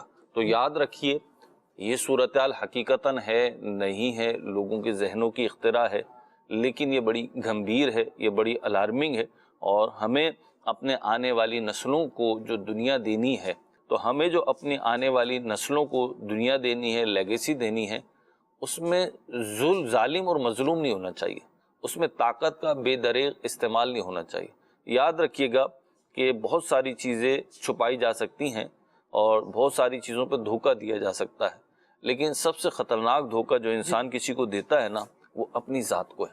اللہ، اپنی ذات کو جو آپ دھوکہ دیتے ہیں، یہ سب سے خطرناک اور مشکل دھوکہ ہے، کیونکہ سب کے سامنے تو آپ کچھ بھی کہہ دیں کہ نہیں جی میں تو بڑا سوچ سمجھ کے فیصلے کرتا ہوں، اور جناب میں تو ڈرتا ہوں، اور میں تو یوں کرتا ہوں، یوں کرتا ہوں، یوں کرتا ہوں۔ لیکن یاد رکھیے گا، تنہائی میں، اندھیرے میں، بغیر آئینے کے آپ کو اصل چہرہ دکھائی دے جاتا ہے۔ یہ الگ بات ہے کہ آپ اس کو اگنور کر کے بولیں نہیں یہ تو میرے دل کا وسوسہ ہے، خیال ہے، حالانکہ وہ گویا کہ الہام کی کیفیت ہوتی ہے کہ آپ کو تنبیہ کی جاری ہوتی ہے کہ تم غلط سمت پہ چل رہے ہو، تم غلط کام کر رہے ہو، تم بچ جاؤ۔ ہر کوئی اپنے اعتبار سے دیکھے، اللہ پاک ہمیں ظلم کرنے سے بچائے۔ اللہ تعالیٰ ظالموں کے ساتھ نہیں ہے، اللہ تعالیٰ مظلوموں کے ساتھ ہے، اللہ تعالیٰ مظلوموں کی مدد کرتا ہے۔ اللہ پاک ہمیں توفیق عطا فرمائے۔ آمین۔ انسان کسی ظالم کو دیکھتا ہے نا تو اس کی واقعی اپنی جو کیفیت بنتی ہے وہ یہی ہوتی ہے کہ اس کا انجام اچھا نہیں ہوگا۔ کسی کو ظلم کرتا دیکھ رہا ہے تو یہ سوچ رہا ہے کہ اس کا انجام اچھا نہیں ہوگا، لیکن بہرحال جب خود یہ ایسی جگہ پر آ کر کھڑا ہو جاتا ہے کہ اس کے ساتھ لوگوں کے حقوق متعلق ہو جائے اور اب ان کی ادائیگی اس پر لازم ہو، تو خود کیا کر رہا ہے اپنا جائزہ لینے سے بھی کبھی دیکھا جاتا ہے کہ لوگ محروم رہ جاتے ہیں کہ میں تو کہیں ظالم نہیں ہوں، میں تو کیونکہ ہم نے غلطی کو تو اپنے پاس سے ہٹا ہی دیا ہے نا۔ اچھا مزے کی بات دیکھیں، آپ کا جملہ سارا سہرا دوسروں کے سر۔ مزے کی بات دیکھیں، اتنا سب کو پتا ہے کہ ظلم اچھی چیز نہیں ہے، ظالم اچھا نہیں ہے، تو جو ظلم کر رہا ہے، جو خود ظالم ہے، وہ بھی کہیں پر بھی آج تک مجھے تو نہیں لگا کوئی شخص بولے ہاں میں ظالم ہوں، تو وہ اپنے آپ کو وہاں پہ کھڑا نہیں کر رہا، حالانکہ ہے، تو اتنا اسے بھی سمجھ میں آ رہی ہے کہ ہے یہ غلط، لیکن وہ اپنے آپ کو ڈسکرائب نہیں کر رہا کہ میں ادھر ہوں۔ وہ کہیں نہ کہیں حقوق کا نام لے کر، کہیں نہ کہیں مجبوری کا نام لے کر اور 100 بہانے یا 100 مکھوٹے اس پر اڑا کر اپنے آپ کو فیس سیو کر رہا ہوتا ہے۔ نتیجہ یہ ہے کہ اللہ تبارک و تعالیٰ نے جب ظالموں کی پکڑ فرمائی ہے نا تو پھر اس کی پکڑ سے ظالموں کو کوئی بچانے والا نہیں ہوا۔ اللہ کی بارگاہ میں عافیت کا سوال کرنا چاہیے اور اس کی بارگاہ میں دعا کرنی چاہیے کہ اللہ کریم ہمیں ظالم بننے سے بچائے، کیونکہ جب یہ بروز قیامت آئے گا نا تو اس کا حال بہت عجیب ہوگا۔ جو دنیا میں جتنا زیادہ تکبر کرنے والا ہوگا اور جتنا زیادہ لوگوں پر اپنی بڑائی ظاہر کرنے والا ہوگا، ظالم بھی بیسکلی اپنی بڑائی بھی تو ظاہر کر رہا ہوتا ہے نا۔ روایتوں میں آیا وہ اتنا ہی زیادہ ذلیل ہو کر اللہ کی بارگاہ میں قیامت کے دن حاضر ہوگا۔ تو اللہ کریم قیامت کی ذلت و رسوائی سے ہم سب کی حفاظت فرمائے۔ دنیا میں ہم بعض نام ایسے یوں سمجھے ہماری ہسٹری کے ساتھ، ہماری تاریخ کے ساتھ یا ہماری قرآنی تعلیمات کے ساتھ اٹیچ ہیں کہ وہ نام لے کر ہمیں بار بار سمجھایا جاتا ہے، بار بار ڈرایا جاتا ہے۔ آج ہم سب اپنے اپنے اسٹیٹس کا جائزہ لے لیں، ہمارا وہ اسٹیٹس نہیں ہوگا جو کسی دور میں فرعون کا اسٹیٹس ہوا کرتا تھا۔ کتنے ہزاروں بچے تو اس کے اشاروں پر قتل کر دیے گئے۔ ظلم کی انتہا تھی نا یہ بھی، لیکن جو ہونے والا ہوتا ہے، جو پکڑ آنے والی ہوتی ہے، تو پھر اللہ تبارک و تعالی جانتا ہے کہ اس نے موسیٰ کو کن حالات میں پیدا فرمانا ہے اور اس کی کیسی حفاظت فرمانی ہے۔ آنکھیں رکھتے ہوئے بندہ اندھا ہو جاتا ہے۔ نمرود کے بارے میں ہے نا کہ اس نے آسمان میں تیر چلائے کہ میں تمہارے خدا کو مار دوں گا، اور تیر جس حال میں لوٹے تو اس نے بولا لو میں نے مار دیا، تو آنکھوں دیکھے اندھا ہو جاتا ہے۔ اور ایک بات تے ہے، فرد تو فرد ہے نا خالد جی، کتنا ہی طاقتور ہو، فرد تو فرد ہے۔ قرآن کریم کا مطالعہ کریں تو پتہ چلتا ہے بعض قوموں کو اللہ تعالیٰ نے بڑی قدرت عطا فرمائی تھی، اللہ نے انہیں طاقت عطا فرمائی تھی، گویا کہ وہ پہاڑ اٹھا کے ایک جگہ سے دوسری جگہ رکھ دیں ایسی طاقت عطا فرمائی تھی۔ لیکن جب اللہ تعالیٰ نے ان کی بھی پکڑ کی نا، بحیثیت قوم، بحیثیت مجموعی، یہ بڑی سمجھنے کی بات ہے کہ ایک شخص کتنا ہی عقل مند ہو، وہ مجموعی عقل کے برابر نہیں ہو سکتا۔ وہ بعض استثنیات ہیں جیسے امام اعظم وغیرہ کے بارے میں اقوال ہیں، وہ ایک مستثنا بات ہے۔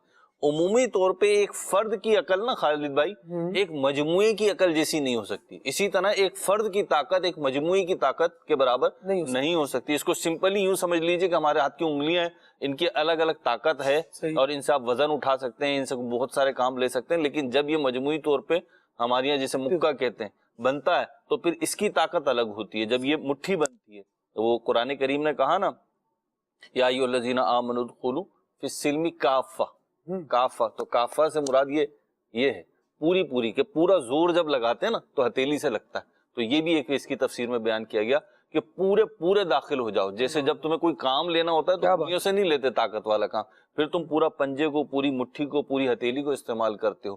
تو اللہ تعالیٰ نے یہ انفرادی طاقت، انفرادی قوت، انفرادی وزڈم جو ہے وہ بہرحال انفرادی ہوتا ہے، کلیکٹیو جو ہے نا مجموعی، اللہ کے مقابلے تو وہ بھی کچھ نہیں ہے۔ جب وہ اس کی پکڑ کرتا ہے تو پھر وہ بھی چیونٹی سے زیادہ بے وقت اور مکڑی کے جالے سے زیادہ بے وقت ثابت. آپ فرعون کا معاملہ دیکھیں نا کہ اس کے اشاروں پر کتنے لوگ تھے. یعنی مجموعی طور پر تو یا انفرادی طور پر آپ دیکھیں تو صرف فرعون نومینیٹ ہوتا ہے جی کہ بھئی اس نے بڑا ظلم کیا, لیکن اس کے اشاروں پر جو کرنے والے تھے, بچے قتل کر رہے ہیں, یہ خود تو نہیں جا رہا تھا, لوگ اس کے اشاروں پر حرکتیں کر رہے تھے. اسی طرح جو جادوگر حضرت موسیٰ علیہ السلام کے مقابلے میں آئے, وہ کیوں آئے تھے؟ یہ اور بات کہ اللہ کریم نے پھر ان کے لیے ہدایت کی راہیں کھول دی اور وہ قبول اسلام سے فیضیاب ہوئے, شرفیاب ہوئے. لیکن کس کے اشاروں پر آئے اور کون لوگ آئے؟ تو بسا اوقات مین ظالم جو ہے وہ کوئی اور ہوتا ہے, لیکن بہت سے لوگ جو ہے وہ کسی کے ظلم میں بطور شریک اپنا کردار ادا کر رہے ہوتے ہیں. رب العالمین جل وعلا نے فرعون کو جب عبرت کا نشان بنایا نا, تو مفسرین نے ایک بڑا زبردست پیرا اس حوالے سے لکھا ہے. فرمایا کہ اللہ پاک نے فرعون کو مرے ہوئے بیل کی طرح دریا کے کنارے میں پھینک دیا. مرا ہوا بیل کیسے کسی قوم کے کوڑا کرکٹ پھینکنے کی جگہ پر پڑا ہوتا ہے, حالانکہ یہی زندہ ہوتا ہے تو لوگ اس کے ناز نخرے اٹھا رہے ہوتے ہیں, لیکن جب یہ مر جاتا ہے تو لوگ اس کے پاس سے بھی ناک پر ہاتھ رکھ کر گزر رہے ہوتے ہیں.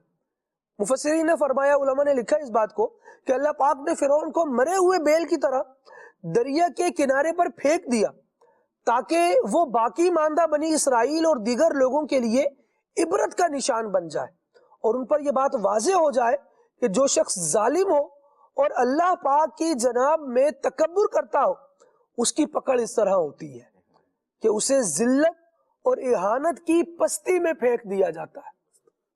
جو ظالم ہے وہ کب تک خیر بنائے گا, کن کن چیزوں کے پیچھے چھپے گا, دنیا کے مقابلے میں چلے اپنا زور دکھا لے گا, لیکن جب اللہ رب العالمین کی پکڑ آئے گی تو اس کے پاس کوئی جواب نہیں ہوگا. لہٰذا پھر ہم اللہ کی بارگاہ میں دعا کرتے ہیں, اللہ کریم ہمیں ظالم بننے سے بچا. اور مہروز بھائی نے جو گفتگو کی اس میں ہم سب اپنا اپنا جائزہ لے لیں کہ جہاں چھوٹے چھوٹے فیصلے ہمارے گھروں کے, ہمارے اداروں کے ہمیں کرنے ہوتے ہیں, وہاں ہم ڈیسیجن میکنگ کے جو بنیادی اصول ہیں ان کو سامنے رکھتے ہوئے اپنی طاقت, اپنی قوت کے مطابق درست فیصلے کی طرف آ رہے ہیں. یعنی ایسے فیصلے کی طرف آ رہے ہیں جو حقدار کو اس کا حق دے رہا ہے, یا خدا نہ خواستہ ہم اپنی کسی خواہش کی پیروی کرنے کے لیے, کسی کو فیور دینے کے لیے, کسی کا ساتھ دینے کے لیے, یا کسی کی بھائی کیونکہ وہ اس کو مظلوم بننا زیادہ اچھا لگتا ہے تو اس کی داد رسی کرنے کے لیے ہم اس کے پلڑے میں فیصلہ ڈال رہے ہیں, تو بہرحال ظلم پھر ظلم ہے, اور یہ اگر بڑھتا چلا جائے گا تو بہرحال اللہ کریم اسے مٹانے کے اسباب بھی بنانے والا ہے. اللہ کریم کی بارگاہ میں ہم خیر کا سوال کرتے ہیں. ناظرین کی کچھ کالز لیتے ہیں, پھر انشاءاللہ طارق بھائی سے بھی گفتگو کا سلسلہ ہم نے جاری رکھنا ہے. آئیے کچھ کالز لیتے ہیں.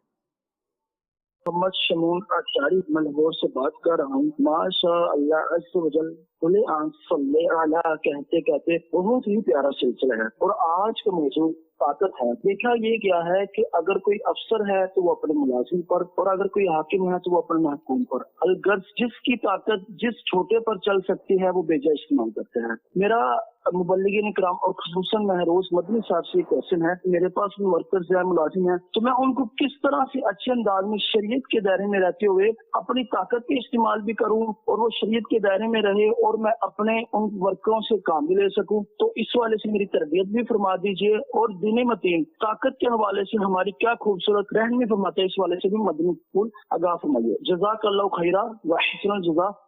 آمین آمین. اللہ کریم آپ کو بھی جزائے خیر عطا فرمائے.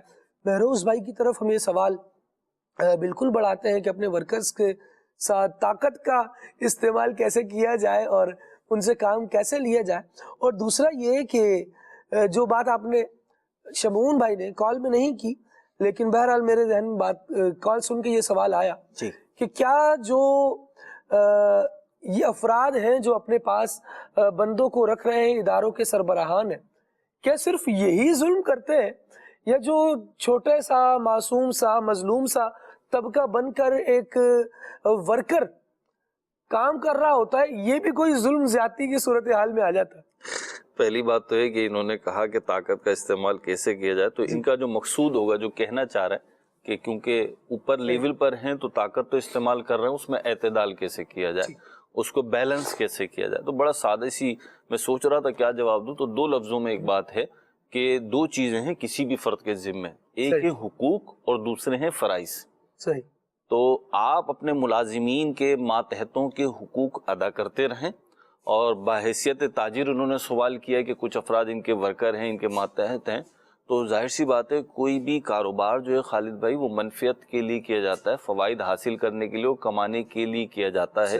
قطع نظر اس کے کہ دیگر باتیں اپنی جگہ ہیں, لیکن کوئی ویلفیئر ٹرسٹ نہیں ہوتا یہ کہ لوگوں کو اس لیے رکھ رہے ہیں کہ جناب ان کا گھر بار ہے تو ان کے خرچے چل جائیں. اور ویلفیئر ٹرسٹ ہے بھی تو وہاں پر بھی تو احتساب کا سلسلہ. ہاں وہ ایک الگ بات ہے نا, لیکن خالص جو بزنس ہے, کیونکہ اکثریت تو بزنس ہی کر رہی ہے نا, تو وہاں پر کسی بھی ورکر کو جب رکھتے ہیں تو اس لیے رکھتے ہیں کہ اس کی روٹی روزی کا تو انتظام ہوگا ہی, لیکن اس کے ذریعے سے میں بھی کماؤں گا, جبھی وہ چلے گا. ان کے ذمے جو فرائض ہیں کہ یہ کام کرنے ہیں, ان کو اچھے انداز سے بیان کر دیا جائے اور اس کو بیلنس انداز سے وصول کیا جائے. اب اس میں ہوتا کیا ہے خالد بھائی کہ اعتدال نہیں رہتا بعض اوقات, کیونکہ انسان ہے نا, انسان ہر وقت ایک کیفیت میں نہیں رہتا. اللہ پاک ہمیں بھی توفیق عطا فرمائے, ہم بھی بیٹھ کے بہت اچھی باتیں کر رہے ہوتے ہیں, لیکن پریکٹیکل لائف میں کہاں ہم ان چیزوں کو فالو کر رہے ہیں اور کہاں بے اعتدالی ہو رہی ہے, تو اللہ رب العزت بہتر جانتا ہے. ہم اس سے عافیت کا سوال کرتے ہیں اور یہ سوال کرتے ہیں کہ اللہ پاک ہمیں اعتدال میں رکھے.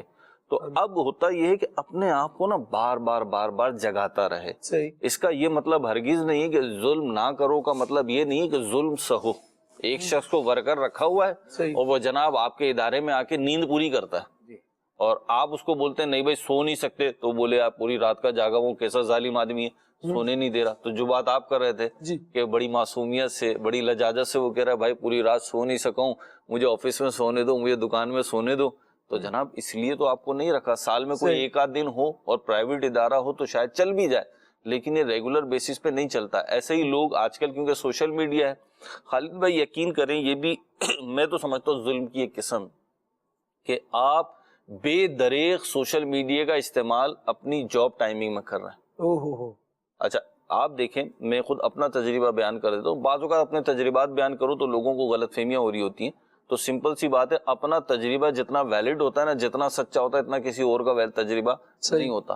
میں نے بعض دکانوں سے خریداری بند کی ہے, بعض سے مراد 1-2 سے میں نے خریداری بند کر دی کہ ان کے نہیں جانا, اس سے تھوڑا دور چلا جاتا ہوں. کیوں؟ وہ نوجوان بیٹھے ہیں, اور یہ نوجوانوں کے لیے بھی بتا رہا ہوں جو کاروبار چلانا چاہتے ہیں لیکن چل نہیں رہا. کسٹمر آپ کا کھڑا ہوا ہے اور آپ جناب سوشل میڈیا پہ ٹرولنگ کر رہے ہیں, وہ آپ کا ملازم نہیں کہ کھڑا رہے گا. کسٹمر چند سیکنڈز میں سوئچ ہو جاتا ہے. جو بزنس اسٹریٹجی سمجھتے ہیں وہ کہتے ہیں کسٹمر آپ کے پاس کھڑا ہوا نہیں رہنا چاہیے. کسٹمر آیا ہے, آپ اسے جلد از جلد جو ریکوائرمنٹ ہے اس کی وہ پوری کر دیں, اس کے بعد بے شک وہ کھڑا رہے. اس کو اس کی ڈیمانڈ کے لیے کھڑا رکھیں گے تو وہ سوئچ کر جائے گا. تو آپ جو کہہ رہے تھے کہ جو ماتحت افراد ہیں وہ بھی ظلم کرتے ہیں, بالکل ظلم کرتے ہیں. اگر آپ کی ڈیوٹی کے جو اوقات کار ہیں یا جو طے شدہ کام ہے یا جو طے شدہ ریکوائرمنٹس ہیں وہ آپ پوری نہیں کر رہے, پھر آپ کی ڈیوٹی بظاہر کیسی ہی چھوٹی ہو, کیسی ہی اچھی ہو اور کیسی ہی مظلومانہ ہو, یہ یاد رکھیے گا, کوئی جانے یا نہ جانے اللہ رب العزت یہ بات جانتا ہے کہ کون ظلم کر رہا ہے, کون ظالم ہے اور کون مظلوم ہے, اور پھر اللہ رب العزت انصاف فرماتا ہے اور ظلم نہیں کرتا. کبھی ایسا بھی ہوتا ہے کہ ایک تو ہے نا کہ جو جس کے پاس پاور ہے, طاقت و قدرت ہے, وہ کسی پہ ظلم کر دے, یا پھر نیچے والے جیسے ماتحت کی آپ نے بات کی وہ ظلم کر دے. اور کبھی ایسا بھی ہوتا ہے کہ جو جس کے پاس پاور و قدرت ہے, جو اوپر والا ہے, جس کے کنٹرول میں کچھ افراد کام کر رہے ہیں, تو وہ شخص ظلم نہیں کر رہا ہوتا, لیکن کچھ حکمت عملی کی وجہ سے, ماحول اور انوائرمنٹ کی کنڈیشن کی وجہ سے, کمپنی کی ریکوائرمنٹ کی وجہ سے وہ کچھ فیصلے لے رہا ہوتا ہے جو کہ ورکرز کے لیے بھی بہتر ہوتے ہیں, کمپنی کے لیے بھی بہتر ہوتے ہیں, خود اس کے لیے بھی بہتر ہوا کرتے ہیں. لیکن چونکہ وہ جو ورکرز ہوتے ہیں وہ اپنے ایک باؤنڈری میں کام کرنے والے ہوتے ہیں, ایک مخصوص باؤنڈری کے اندر ہے, تو ان کا دماغ بھی اسی باؤنڈری کے اندر ہے, مخصوص لوگوں میں آنا جانا ہے, تو بس انہی کی باتیں سننی ہے, اس لیول تک وہ جا سکتے ہیں. لیکن جو بڑے لیول پہ کام کرنے والا ہوتا ہے, اس کے کنٹرول میں کافی افراد ہوتے ہیں, وہ اس طریقے سے چیزوں کو دیکھا کرتا ہے, پرکھا کرتا ہے اور اس کے مطابق فیصلے لیا کرتا ہے. تو کئی مرتبہ ایسا ہوتا ہے کہ اوپر والا تو ظلم نہیں کر رہا ہوتا, لیکن نیچے والا اوپر والے کو ظالم کہنا شروع کر دیتا ہے, اور اس کے مطابق پھر غیبتیں, بدگمانیاں, اوپر والا تو ظلم نہیں کرا لیکن آپ غیبتیں کر کے بدگمانی کر کے نہ جانے کتنے سارے جو ہے نا وہ یہ گناہ اپنے محدود سرکل کی وجہ سے اسے ظلم سمجھ رہا ہوتا ہے، وہ ظلم ہوتا نہیں۔ اس سے پھر کیا نتیجہ نکلتا ہے کہ جو ظلم نہیں کر رہا اس کو سمجھنے کے بجائے یا اس سے ڈسکس کرنے کے بجائے، کئی اداروں میں ایسا ہوتا ہے کہ اگر آپ کو اپنے ادارے سے کسی بھی قسم کی پرابلم ہے تو آپ باقاعدہ وہاں پہ جا کے اچھے انداز سے بات کر سکتے ہیں، لیکن چونکہ اچھے انداز سے بات کرنے کا تو ہمیں طریقہ بھی نہیں آتا، اور اگر طریقہ آتا ہے تو پھر مزاج نہیں ملتا کہ جی ہم کیوں جائیں بات کرنے کے لیے نا، یہ بالکل غلط ہے، جو غلط ہے اس کو خود سوچنا چاہیے۔ تو نیچے پھر جو ایک ماحول کریٹ ہو رہا ہوتا ہے اور اس ماحول سے بنتی ہے لابی، گروپ، آپ نے نام سنا ہوگا یا یہ گروپ نہیں بننا چاہیے، کچھ جو بڑے ہوتے ہیں وہ نیچے گروپ نہیں بننے دیتے، اگرچہ صحیح بھی گروپ، ان کو پتا ہے کہ گروپ بن کے کوئی پرابلم آ گئی تو یہی گروپ فتنے کا جو ہے نا وہ فساد کا باعث بنے گا۔ تو یہ جب لابی بنتی ہے تو پھر یہ وہ پاور بنتی ہے جو کہ اچھے بھلے کام کو بگاڑ دیتی ہے، اور جو ظلم نہیں بھی کر رہا ہوتا پھر اس پر ظلم کرنے والی بن جاتی ہے اور اپنی طاقت کا غلط استعمال کرتی ہے، اور اس کا پھر نتیجہ کیا نکلتا ہے؟ اب یہی وہ ورکرز جن کا بڑا ان کی بہتری کے لیے کچھ ایسے ڈیسیجن لے رہا ہے جس میں ان کی بھی بھلائی اگرچہ ٹیمپریری طور پہ تھوڑا سا نقصان ہو رہا ہے یا کوئی اچھا بہتر نہیں ہو رہا، لیکن وہ فیوچر ان کو دیکھ رہا ہوتا ہے، کمپنی کو فیوچر دیکھتے ہوئے کمپنی کو پورا آگے کھڑا کرنا ہے، دیکھنا، اس کے مطابق فیصلے لے رہا ہوتا ہے تاکہ ان کی بھی روزی روٹی چلتے رہے۔ لیکن یہی جب پاؤں پہ کلاڑا مارتے ہیں تو یہ بھی جاتے ہیں، وہ تو چلا گیا لیکن وہ کہیں اور سے کسی نہ کسی طریقے سے کر لے گا، اس کو اللہ نے دیا ہے، لیکن یہ پھر اپنے پاؤں پہ اس کو کلاڑا مارتے ہیں کہ یہ کہیں کے بھی نہیں رہا کرتے۔ جس طرح مہروز بھائی نے بھی وہ مثال دی نا کہ چیزیں لینا کسی شاپ سے اس لیے چھوڑ دی گئی کیونکہ جہاں جا رہا ہے وہ بندہ اپنے اسٹورنگ میں لگا ہوا ہے اور اپنے کاموں میں لگا ہوا ہے۔ اس طرح سے ہوتا کیا ہے کہ جس نے اسے رکھا ہوگا وہ اسے سمجھائے گا کہ بھائی ٹھیک ہو جاؤ اور کام کے وقت میں کام کرو، یہ آگے سے کہے گا یار ان کے تو نخرے ہی بہت ہیں، یہ تو ہمیں کچھ دیکھ ہی نہیں سکتے، سختی بہت ہے، ہم کسی کوئی کام کر رہے ہیں یہ اتنی سختی کرتے ہیں۔ اب حالانکہ اس بیچارے کی روک تھام جو ہے یا جو روک ٹوک ہے وہ اس لیے ہے کہ یہ بندہ بہتر ہو جائے، آج ہم چلا رہے ہیں کل کو کوئی دوسرا شاید اسے نہیں چلا پائے گا، لیکن وہ سمجھنے کے لیے تیار ہی نہیں ہوتا، وہ کہتا ہے مجھ پر تو یہ ظلم ہے اور یہ تو غلط ہے، اتنا تو کوئی بھی نہیں کرتا، اتنا تو فلاں کو بھی اجازت ہوتی ہے۔ ہم تو پھر ایک ایسے ادارے میں ہیں، لوگ تو فلاں ٹائپ کی فیکٹریز میں کام کرتے ہیں، وہاں پر انہیں اتنا زیادہ کوب نہیں کیا جاتا یا اتنا روک نہیں ان پر لگائی جاتی، ہمیں کیوں روکا جا رہا ہے؟ اور یوں بندہ اپنے آپ کو مزہ آتا ہے، جی ہاں مزہ آتا ہے اپنے آپ کو مظلوم بنا کر پیش کرنے میں، مزہ اس میں آتا ہے کہ کوئی بس میری پیٹھ تھپکتا رہے، مجھے بولے نہیں بھائی آپ صحیح ہو دوسرا ہی غلط ہے، مجھے صرف حوصلہ ہی دیتا رہے، چاہے میں کچھ بھی کروں، کسی کے ادارے کا بیڑا غرق کر دوں، مجھے میری حوصلہ افزائی نشہ لگا ہوا ہے مظلوم بننے کا، اللہ رحم فرمائے۔ غالبا ایک بات موضوع سے ہٹ کے، ابھی آپ نے ایک جملہ کہا تو میں نے اللہ خیر خواہی کی نیت سے عرض کرتا ہوں، اچھی بات کہی تھی آپ نے، اس کو تھوڑا سا میں بیان کرنا چاہتا ہوں کہ یہ موضوع سے ہٹ کے بات میں کر رہا ہوں کہ آپ کی زندگی میں آپ کا خیر خواہ کون ہے اور کون نہیں ہے یہ آپ کو پتا ہوتا ہے، صحیح، یہ آپ کو بہت اچھے طریقے سے پتا ہوتا ہے، لیکن آپ وہی بات کہ اپنے آپ کو دھوکہ دے رہے ہوتے ہیں۔ تو براہ کرم اس دھوکے سے نکل آئیں، بہت فائدے میں رہیں گے آپ، یقین کریں، بالخصوص اگر آپ نوجوان ہیں، ٹین ایجر ہیں، تو مستقبل میں آپ کو اس کا اتنا فائدہ ہونے والا ہے نا کہ آپ جھولیاں پھیلا پھیلا کے شاید دعائیں دیں کہ آپ کا خیر خواہ کون ہے نا یہ آپ کو پتا ہے۔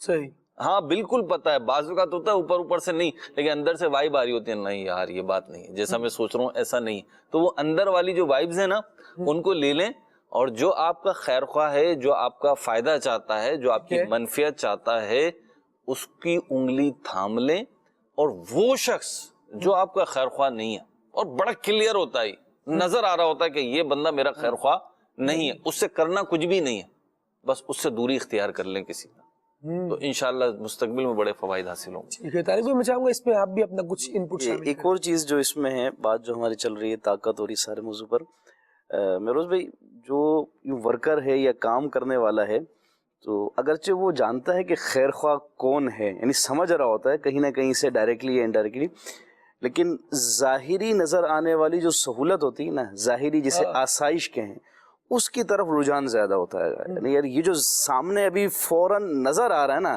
یہ کیچ کرو، بات کا کس نے دیکھا ہے، طبیعت کے مطابق جو چیز ہے وہ اچھی، یعنی یہی چیز ہے، خالی اس موضوع پہ نہیں، بہت سارے موضوعات۔ طبیعت کے مطابق ایک اور جملہ ایڈ کر دوں، طبیعت کے مطابق جو چیز ہے وہ ہمیں اچھی لگ رہی ہوتی ہے، اور تربیت کے متعلق جو چیز ہے اسے ہم اپنانے سے کترا رہے ہوتے ہیں۔ تربیت کا امپیکٹ بعد میں نظر آتا ہے، تو جو دیکھا نہیں ہوتا ہے اس کو کہتے ہیں یار جب آئے گا تو دیکھ لیں گے, ابھی جو نظر آ رہا ہے نا درست ہی ہے, جو درست ہے نا اس کو لے لو. یعنی اپنے مزاج اور طبیعت کے مطابق جسے ہم درست سمجھتے ہیں اسے جو ہے نا اڈاپٹ کر لیتے ہیں, اسے ہم لے لیتے ہیں کہ یار یہی درست ہے. تو چمک رہا ہے وہی سونا. ابھی جیسے وہ بات کہی کہ سوشل میڈیا پر نظر آ رہا تھا کہ یار ابھی ٹائم ہے فری ہے, چلو میں دیکھ تو لوں, حالات حاضرہ کو دیکھ لوں, کیا چل رہا ہے کیا نہیں چل رہا ہے, اس چیزوں کو دیکھ لوں. بظاہر ابھی نظر یہ آ رہا ہے کہ یار ابھی کی جو انفارمیشن ہے نا میں اسے کلیکٹ کر لوں. لیکن یہ تو دیکھ لے کہ بھائی جس مقام پر بیٹھا ہوا ہے یہ کلیکٹنگ ٹائم ہے یا نہیں ہے. یہ کلیکٹنگ ٹائم تو ہے لیکن یہ بزنس کی کلیکٹنگ ٹائم ہے گا, جس نے آپ کو رکھا ہے اس کے لیے آپ کے کام کرنے کا ٹائم ہے گا. اس ٹائم میں اگر آپ یہ کرنے لگیں گے تو یقینی طور پہ اس سے وہ بھی ڈسٹرب ہوگا اور آپ نے تو ڈسٹرب ہونا ہی ہے. وہ آپ کو 1 دن 2 دن 3 دن کسی نہ کسی اسٹیج پہ آگے آپ سے کہے گا معذرت جناب میں نے تو بڑی کوشش کی. طارق بھائی ایک مثال ایڈ کر دوں اس میں, 1 دن 2 دن 3 دن کہہ رہے ہیں نا خالد بھائی, طارق بھائی 30 سیکنڈ ہے نا, یہ بھی میں میکسیمم بتا رہا ہوں. بعض فیلڈ ایسی ہیں جس میں 30 سیکنڈ تو بہت بڑا ٹائم میں نے بتا دیا, 5 سیکنڈ میں ڈبہ گول ہو جاتا ہے. بلین ہے نا, بلین یعنی گولڈ ریٹ جہاں پہ چل رہے ہوتے ہیں, تو آپ کو تو پورے دن کے 1 دن کے ملتے ہیں. جیسے آج آپ اخبار اٹھائیں گے تو آج کا ریٹ یا کل کا ریٹ آیا ہوا ہوگا, جی آج یہ تاریخ ہے تو یہ ریٹ ہے. گولڈ کے ریٹ ایسے نہیں ہوتے. جب تک مارکیٹ کھلی ہوئی ہوتی ہے سیکنڈز میں تبدیل ہو رہے ہوتے ہیں, سیکنڈز میں. یعنی یہ جو آتے ہیں یہ وہ اینڈنگ ریٹ ہوتا ہوگا جس پہ وہ جو بھی ہوتا ہے, کلوزنگ ریٹ ہوتا ہے یا اوپننگ ریٹ ہوتا ہے, لیکن وہ ایک فکس ریٹ آپ کو تو مل رہا ہے نا. دکانوں پہ بھی نارملی ایسے ہی چل رہا ہوتا ہے, لیکن بلین میں ریٹ اس طریقے سے نہیں ہوتا, وہاں سیکنڈز میں تبدیل ہو رہا ہوتا ہے بعض اوقات.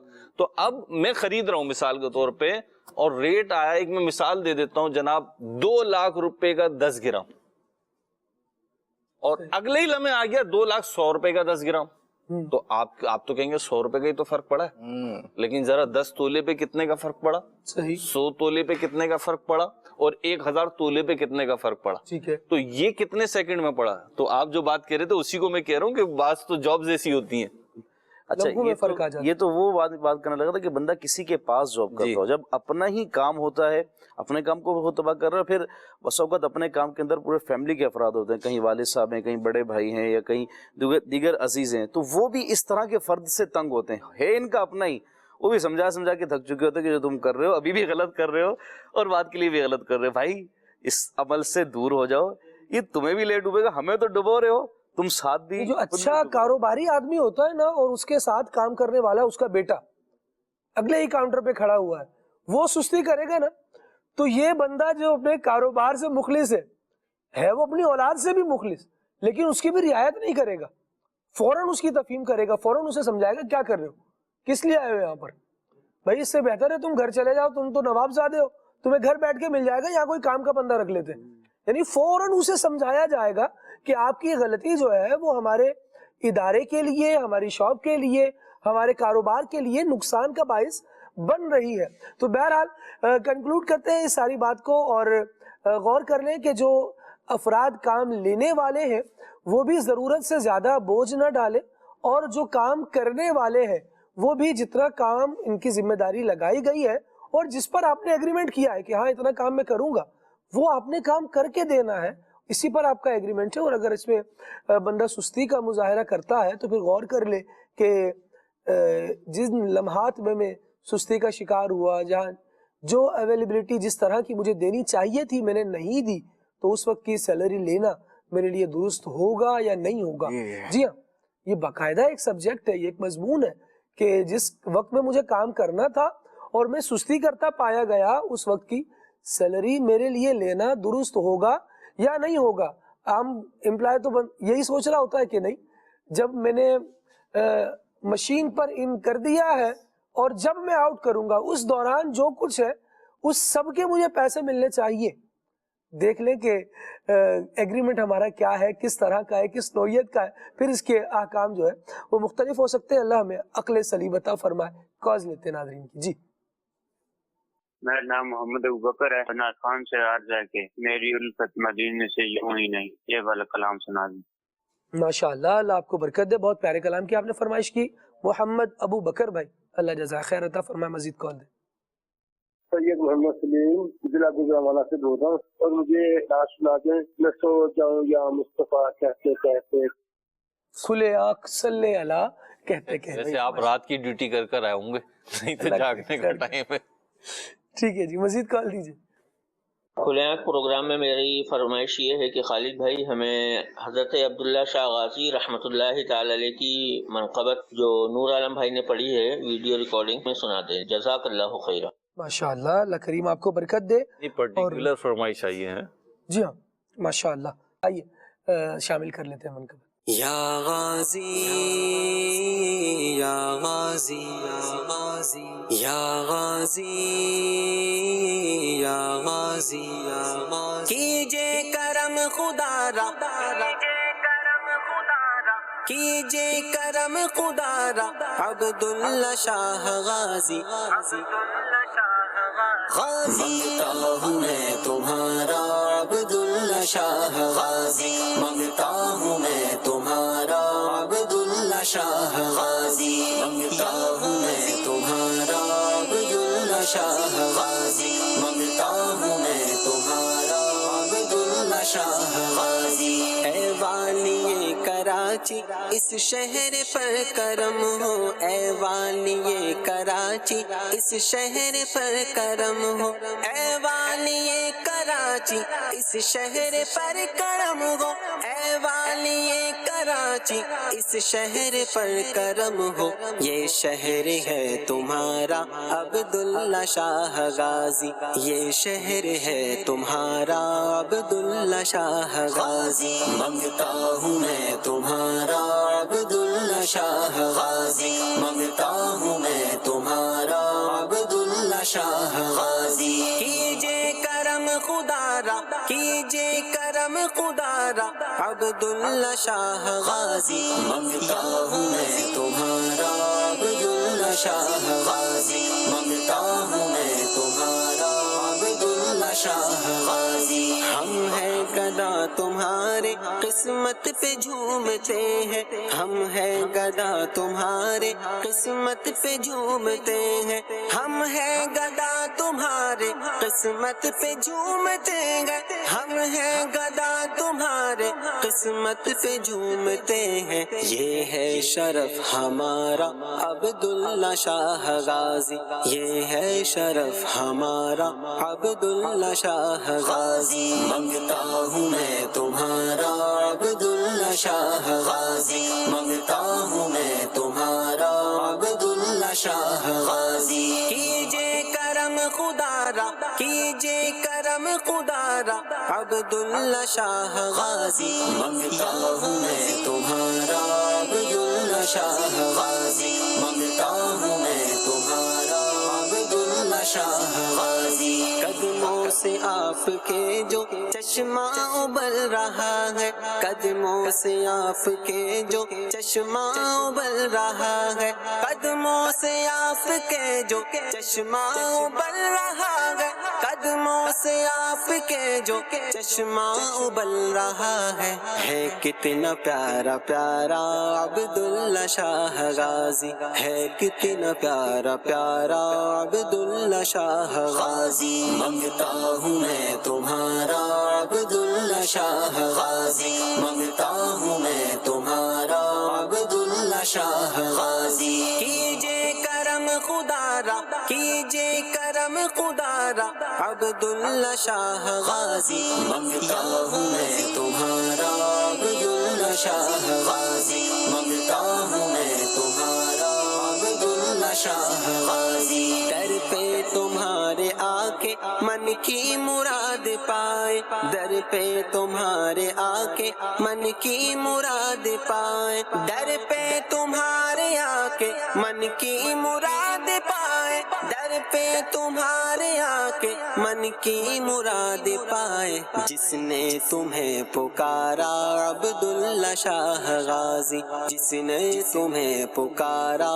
عبداللہ شاہ غازی. مانگتا ہوں میں تمہارا عبداللہ شاہ غازی مانگتا ہوں میں تمہارا عبداللہ شاہ غازی. کیجے کرم خدا را کیجے کرم خدا را عبداللہ شاہ غازی مانگتا ہوں میں تمہارا عبداللہ شاہ غازی مانگتا ہوں میں تمہارا عبداللہ شاہ غازی. خاکی میں جو کہیں ہے ہے یہ منقبت تمہاری، حاکی نے جو کہی ہے یہ منقبت تمہاری، حاکی نے جو کہی ہے یہ منقبت تمہاری، حاکی نے جو کہی ہے یہ منقبت تمہاری، ہے فیض یہ تمہارا عبداللہ شاہ غازی، ہے فیض یہ تمہارا عبداللہ شاہ غازی،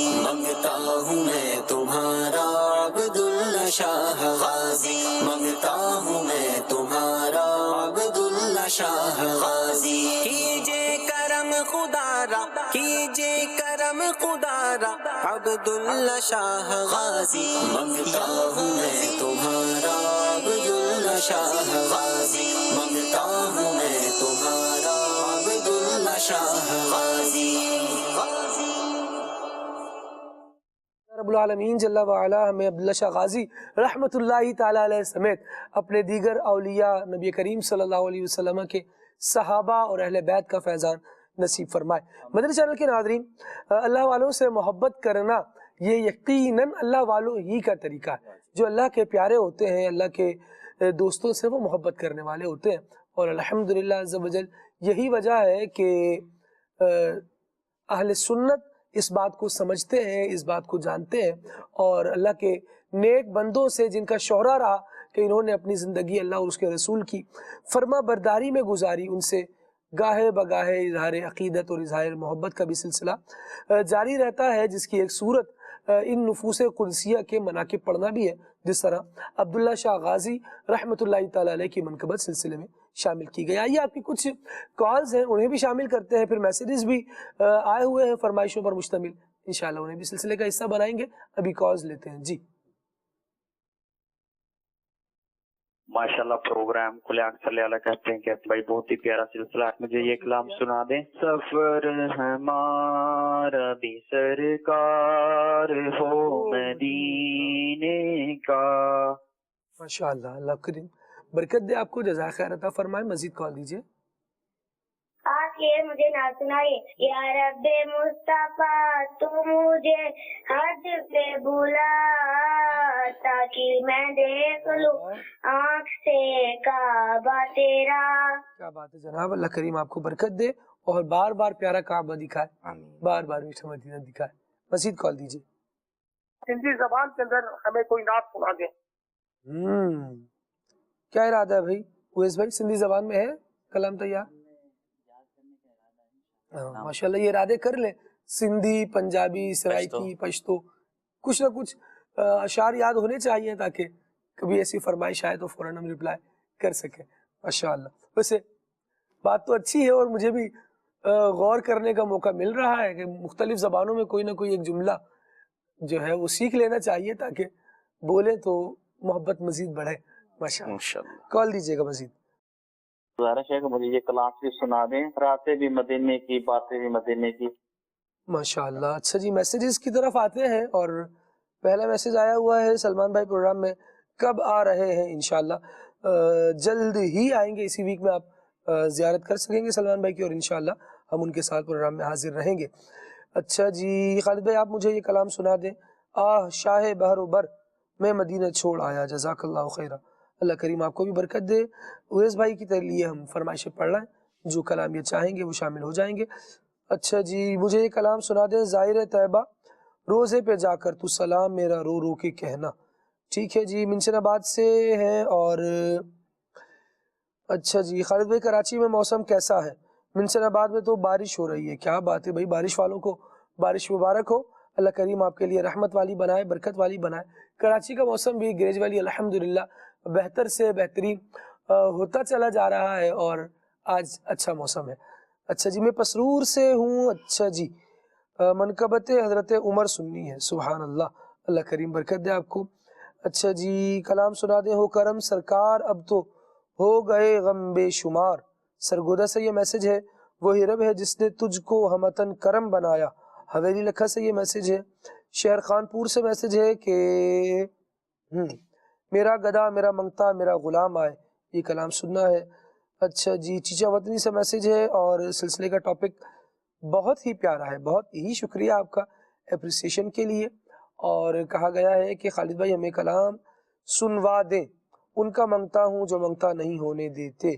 اچھا جی، محمد مظہر کامل ہے حق کی شان و عزت کا، یہ والا کلام سننا ہے، ٹھیک ہے جی۔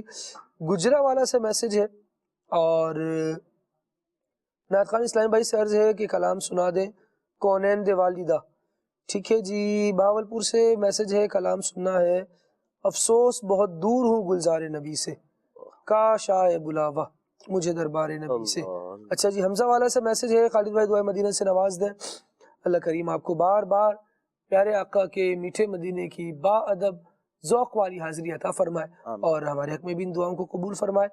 اچھا جی، کلام سننا ہے، یا مصطفیٰ عطا ہو پھر اذن حاضری کا، میرا دل اور میری جان مدینے والے۔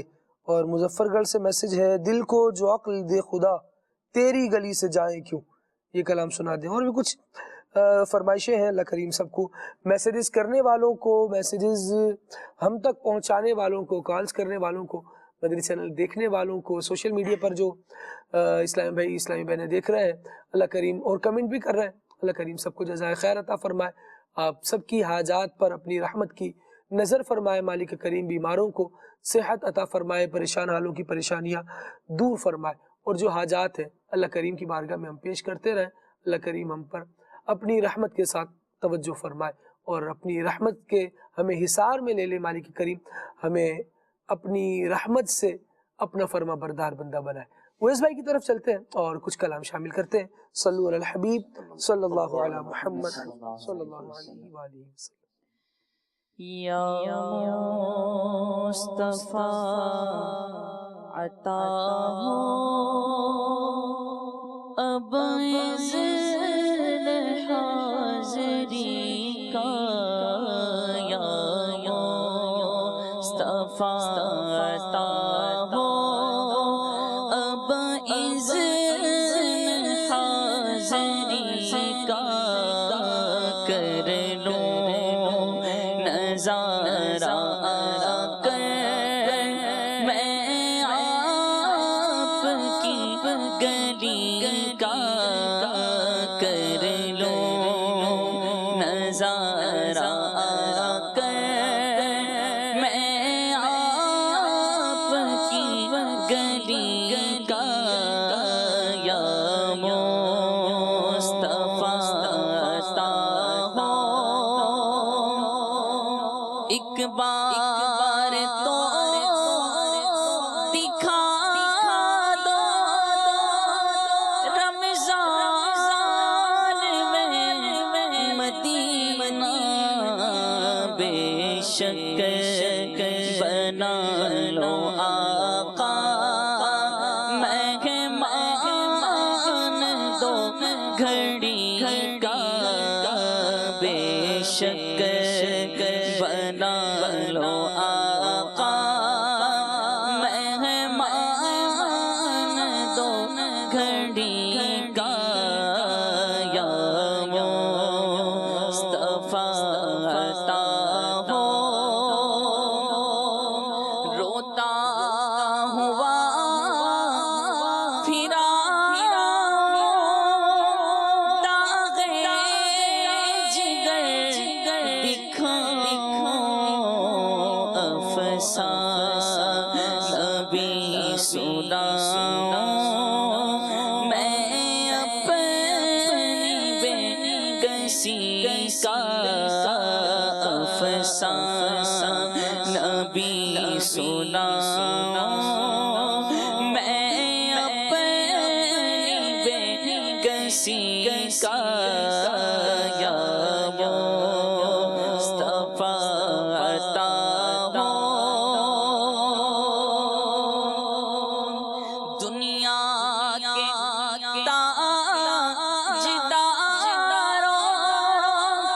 تم سے مجھے غرض کیا، منگتا ہوں میں تو منگتا سرکار کی گلی کا، منگتا ہوں میں تو منگتا سرکار کی گلی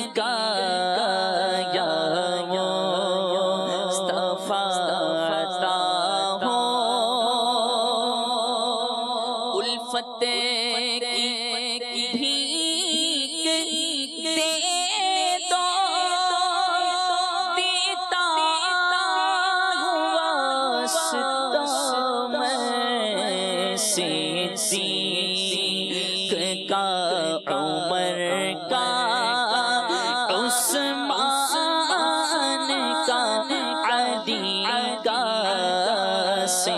صدیق کا، عمر کا، عثمان کا، علی کا، یا مصطفیٰ عطا ہو اب اذن حاضری کا، میزان پہ سب کھڑے ہیں، اعمال تل رہے ہیں، رکھ لو بھرم خدارا عطار قادری کا، رکھ لو بھرم خدارا عطار قادری کا، یا مصطفیٰ عطا ہو اب اذن حاضری کا، کر لو نظارہ کر میں آپ کی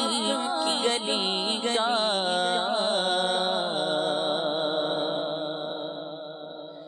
میری الفت مدینے سے یوں ہی نہیں، میرے آقا کا روضہ مدینے میں ہے، میں مدینے کی جانب نہ کیسے کھینچوں، میرا دین اور دنیا مدینے میں ہے، میری الفت مدینے سے یوں ہی نہیں، میرے آقا کا روضہ مدینے میں ہے، عرش اعظم سے جس کی بڑی شان ہے،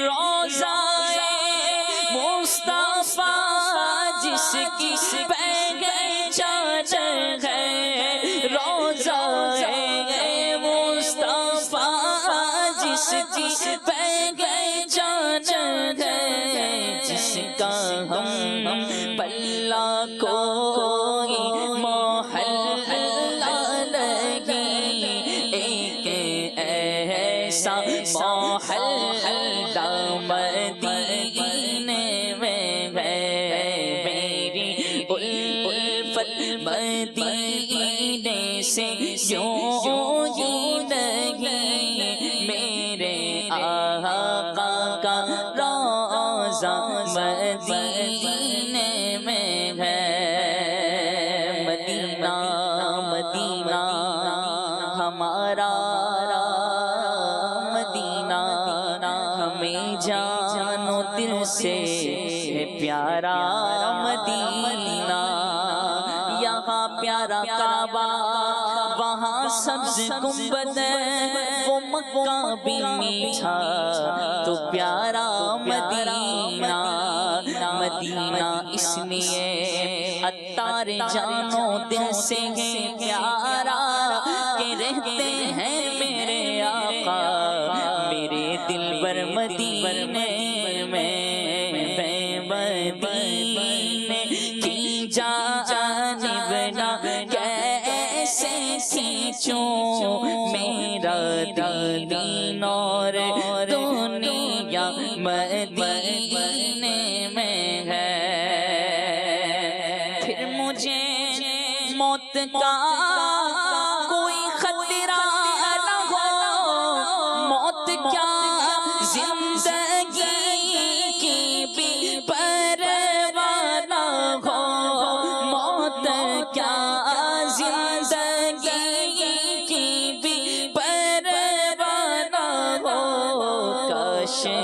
سرکار ایک بار مجھ سے کہیں، کاش سرکار ایک بار مجھ سے کہیں، اب تیرا مرنا جینا مدینے میں ہے، میری الفت مدینے سے یوں ہی نہیں، میرے آقا کا روضہ مدینے میں ہے۔ جزاک خیر عطا فرمائے ہوئے اس بھائی آپ کا بہت شکریہ، بہت پیارے کلام ماشاءاللہ آپ نے سنا ہے۔ اللہ کریم دین و دنیا کی برکتیں بھی آپ کو نصیب فرمائے، اور بار بار پیارے آقا کے میٹھے مدینے کی حاضری آپ کا اور ہم سب کا مقدر بنائے۔ مدنی چینل کے ناظرین، آج سلسلے کا عنوان رہا طاقت، اور ہم نے اس کے ذیلی موضوعات میں بہت ساری گفتگو کی ہے کہ مظلوم لوگ جو بننے کی خواہش کرتے ہیں یا بنے پھرتے ہیں ان کو بھی نہیں بننا چاہیے، جو ظالم ہیں ان کو بھی بچنا چاہیے۔ لیکن مہروز میں ہم دیکھتے ہیں معاشرے میں کچھ طبقات ایسے ہیں جو شاید غور کیا جائے تو ظالم کی کیٹیگری میں آتے ہیں، اس کیٹیگری میں فال کرتے ہیں، لیکن اسے اپنا حق سمجھ رہے ہوتے ہیں یا کہہ رہے ہوتے ہیں کیونکہ ہم بڑے ہیں لہٰذا ہم تو یہی کریں گے، چھوٹوں کو ہی ہماری ماننی چاہیے۔ کیا کہیں گے؟ یہ تو انہیں خود کو غور کرنا چاہیے، اور المیہ یہ خود غور کرنے کے لیے تیار نہیں ہے۔ ایج فیکٹر جو ہے نا خالد بھائی، دین اسلام میں اس کی بڑی اہمیت ہے۔ اچھا جی، اگر آپ دیکھیں تو بعض روایات ملتی ہیں کہ سفید بال جس کی ریش میں ہوں تو اللہ تعالیٰ اسے عذاب دینے سے حیا فرماتا ہے۔ سبحان اللہ، ایسا ہے۔ پھر دین اسلام میں جو بزرگ ہوا اس کی عزت کی اپنی ایک ویلیو ہے، لیکن یہ ساری چیزیں اس سائڈ سے ہیں کہ ان کے جو اگینسٹ لوگ ہیں ان کو کیا کرنا چاہیے، لیکن اگر ہم یہ دیکھیں کہ جو بڑے ہیں انہیں کیا کرنا چاہیے، صحیح، تو ان کو وہ کرنا چاہیے جو رسول پاک صلی اللہ علیہ وسلم اور صحابہ اکرام بالخصوص خلفائے راشدین کا مہدیین کا طریقہ اور انداز رہا، اور وہ انداز یہ ہے چھوٹوں کو مان دینا۔ آپ جو بات کر رہے ہیں، آپ تو ظلم اور مظلوم کے حوالے سے بات کر رہے ہیں، میں سمجھتا ہوں حقیقت ہے اس لیے بیان کرنا پڑ رہی ہے، اللہ کرے کہ ہماری آنکھیں کھل جائیں۔ بعض رشتے ناطے تعلق ایسے ہیں کہ جہاں پہ ایج فیکٹر کی وجہ سے ظلم ہو رہا ہوتا ہے، اور کہیں کہیں پر نزاکت کی وجہ سے ظلم ہو رہا ہوتا ہے۔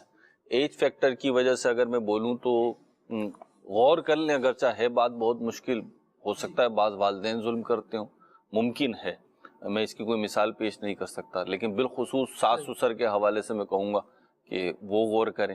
اچھا، اسی طریقے سے بعض اوقات نزاکت کا جو لفظ میں نے کہا، یہ لفظ بھی نہیں آنا چاہیے، کوئی اور لفظ آنا چاہیے۔ نزاکت تو ایک بڑا خوبصورت لفظ ہے، لیکن بعض رشتے ایسے ہیں جیسے داماد اور بہو کا رشتہ ہے، تو یہ بعض اوقات ظلم کر رہے ہوتے ہیں، بعض اوقات داماد کر رہے ہوتے ہیں، بعض اوقات بہویں کر رہی ہوتی ہیں۔ تو اب اس پہ ہم کوئی مثال بیان کریں گے تو ظاہر سی بات ہے وہ پورے معاشرے کی تو مثال نہیں ہوگی، ہر فیملی کے الگ ایشوز ہوں گے۔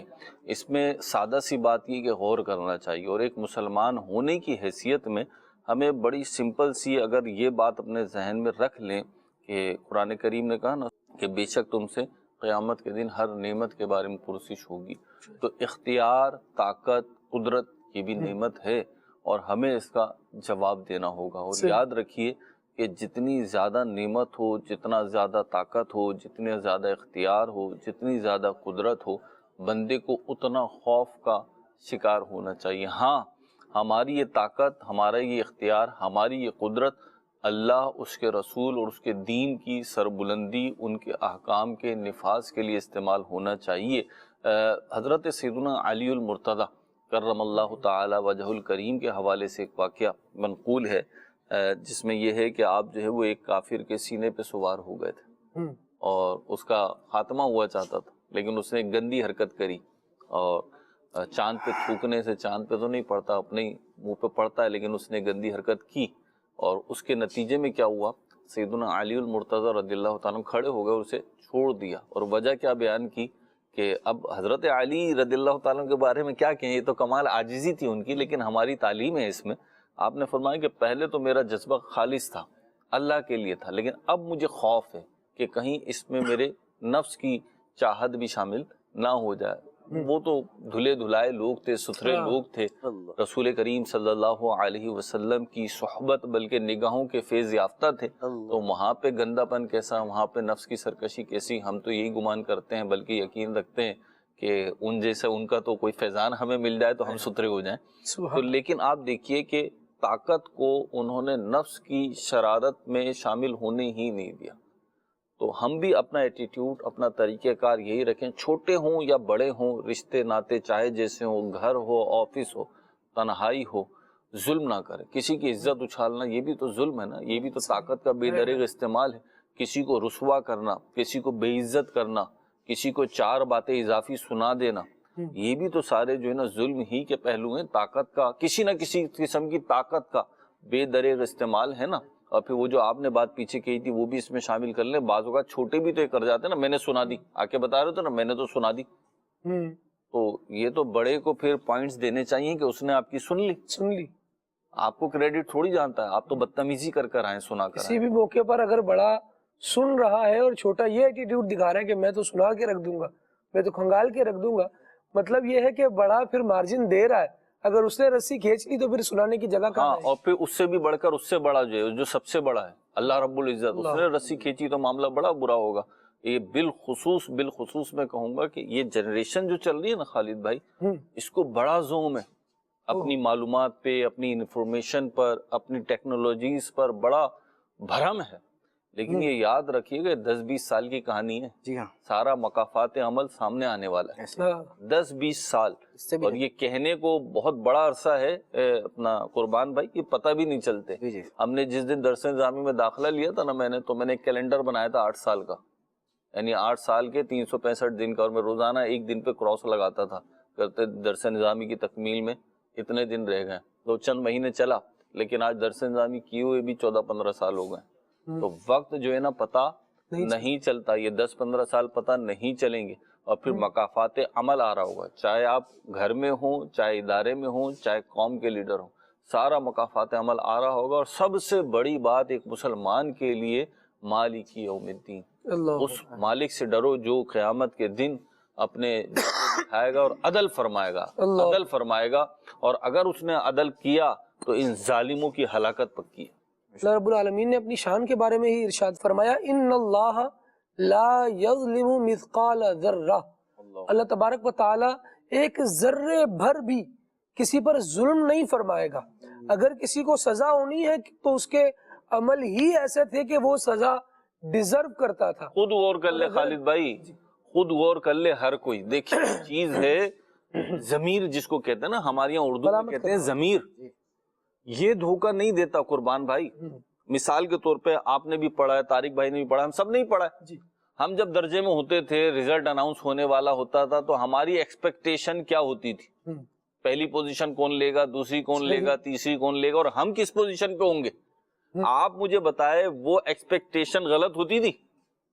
یعنی نہیں ہوتی تھی نا. ایک طالب علم ایسا ہے جس کے پاس ہونے کے چانسز نہیں ہے, کیا وہ یہ ایکسپیکٹیشن رکھے گا کہ میں فرسٹ آ جاؤں, میں پہلی پوزیشن اٹھا لوں؟ دعا کرتے بھی یہی کہہ رہے ہوتے ہیں لوگ, یا اللہ بس پاس کر دے. مطلب پتا ہے نا میں کس پوزیشن پہ ہوں, یا اللہ بس نکل جاؤں.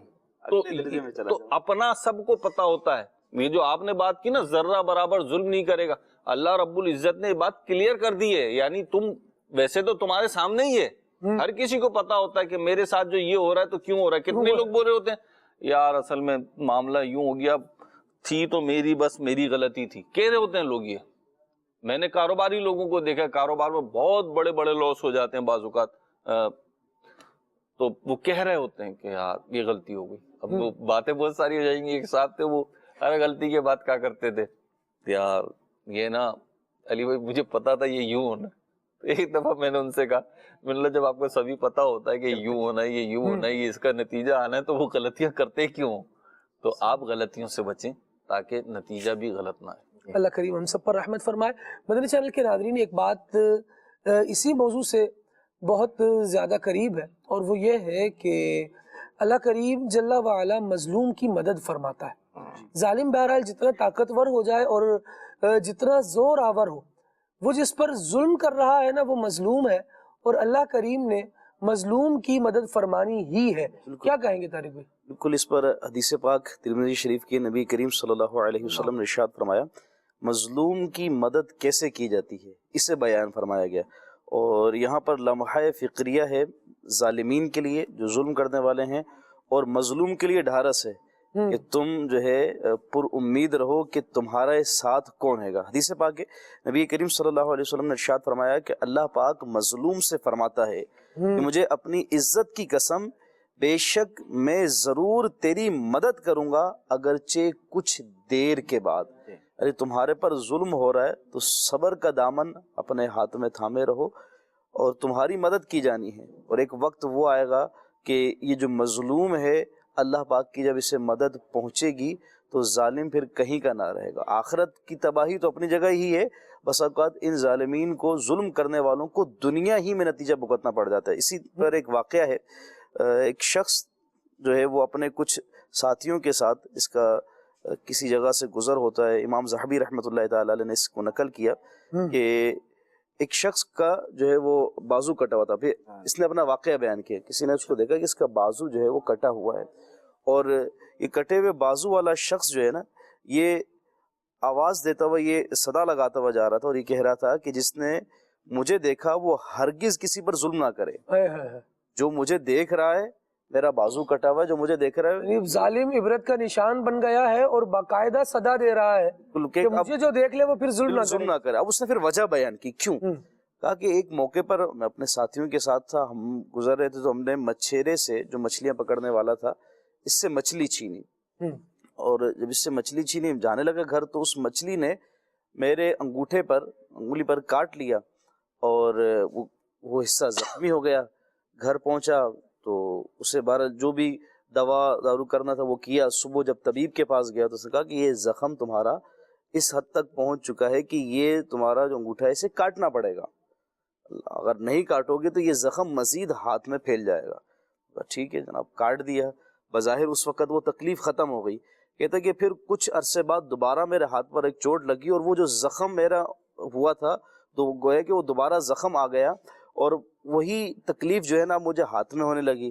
پھر طبیب کے پاس گیا، انہوں نے کہا کہ اب جو ہے وہ آپ کا ہاتھ کاٹنا پڑے گا، اگر نہیں کاٹیں گے تو یہ تکلیف آپ کے بازو اور اس سے پورے جسم میں سرایت کر جائے گی. بولے پہلے میرا بازو کٹا، پھر اسی طرح چلتے چلتے کوہنی کٹی اور اس کے بعد جو ہے میرا ہاتھ کٹ گیا. بولے جب میرا ہاتھ کٹ گیا تو اسی دوران میری ایک شخص سے ملاقات ہوئی، اس کو میں نے اپنا یہ سارا واقعہ بتایا کہ اس طرح ہوا اور میرے پہلے انگلی پھر ہاتھ پھر اس کے بعد جو ہے کونی پھر تک بازو تک کے ہی کٹ گیا. انہوں نے کہا کہ اگر جب تمہارا ہاتھ کٹا تھا نا انگلی پر، یہ ابتدائی جب تمہیں تکلیف پہنچی تھی، تم تب ہی اگر اس مچھیرے سے جا کے معافی مانگ لیتے نا تو تمہارے جسم کا بقیہ حصہ کٹنے سے بچ جاتا. تمہارا کہ ابھی بھی وقت ہے، چلے جاؤ اسے تلاش کرو، معافی مانگو. ایسا نہ ہو کہ یہ تکلیف تمہارے جسم کے مزید حصوں کو پہنچے اور تم اپنی جان سے ہی ہاتھ دھو بیٹھے. کہتے ہیں کہ بات مجھے لگی اور میں تلاش کرتا کرتا جو ہے بالآخر اس شخص کو میں نے جس کو ہم پا لیا، جس کی مچھلیاں تھیں،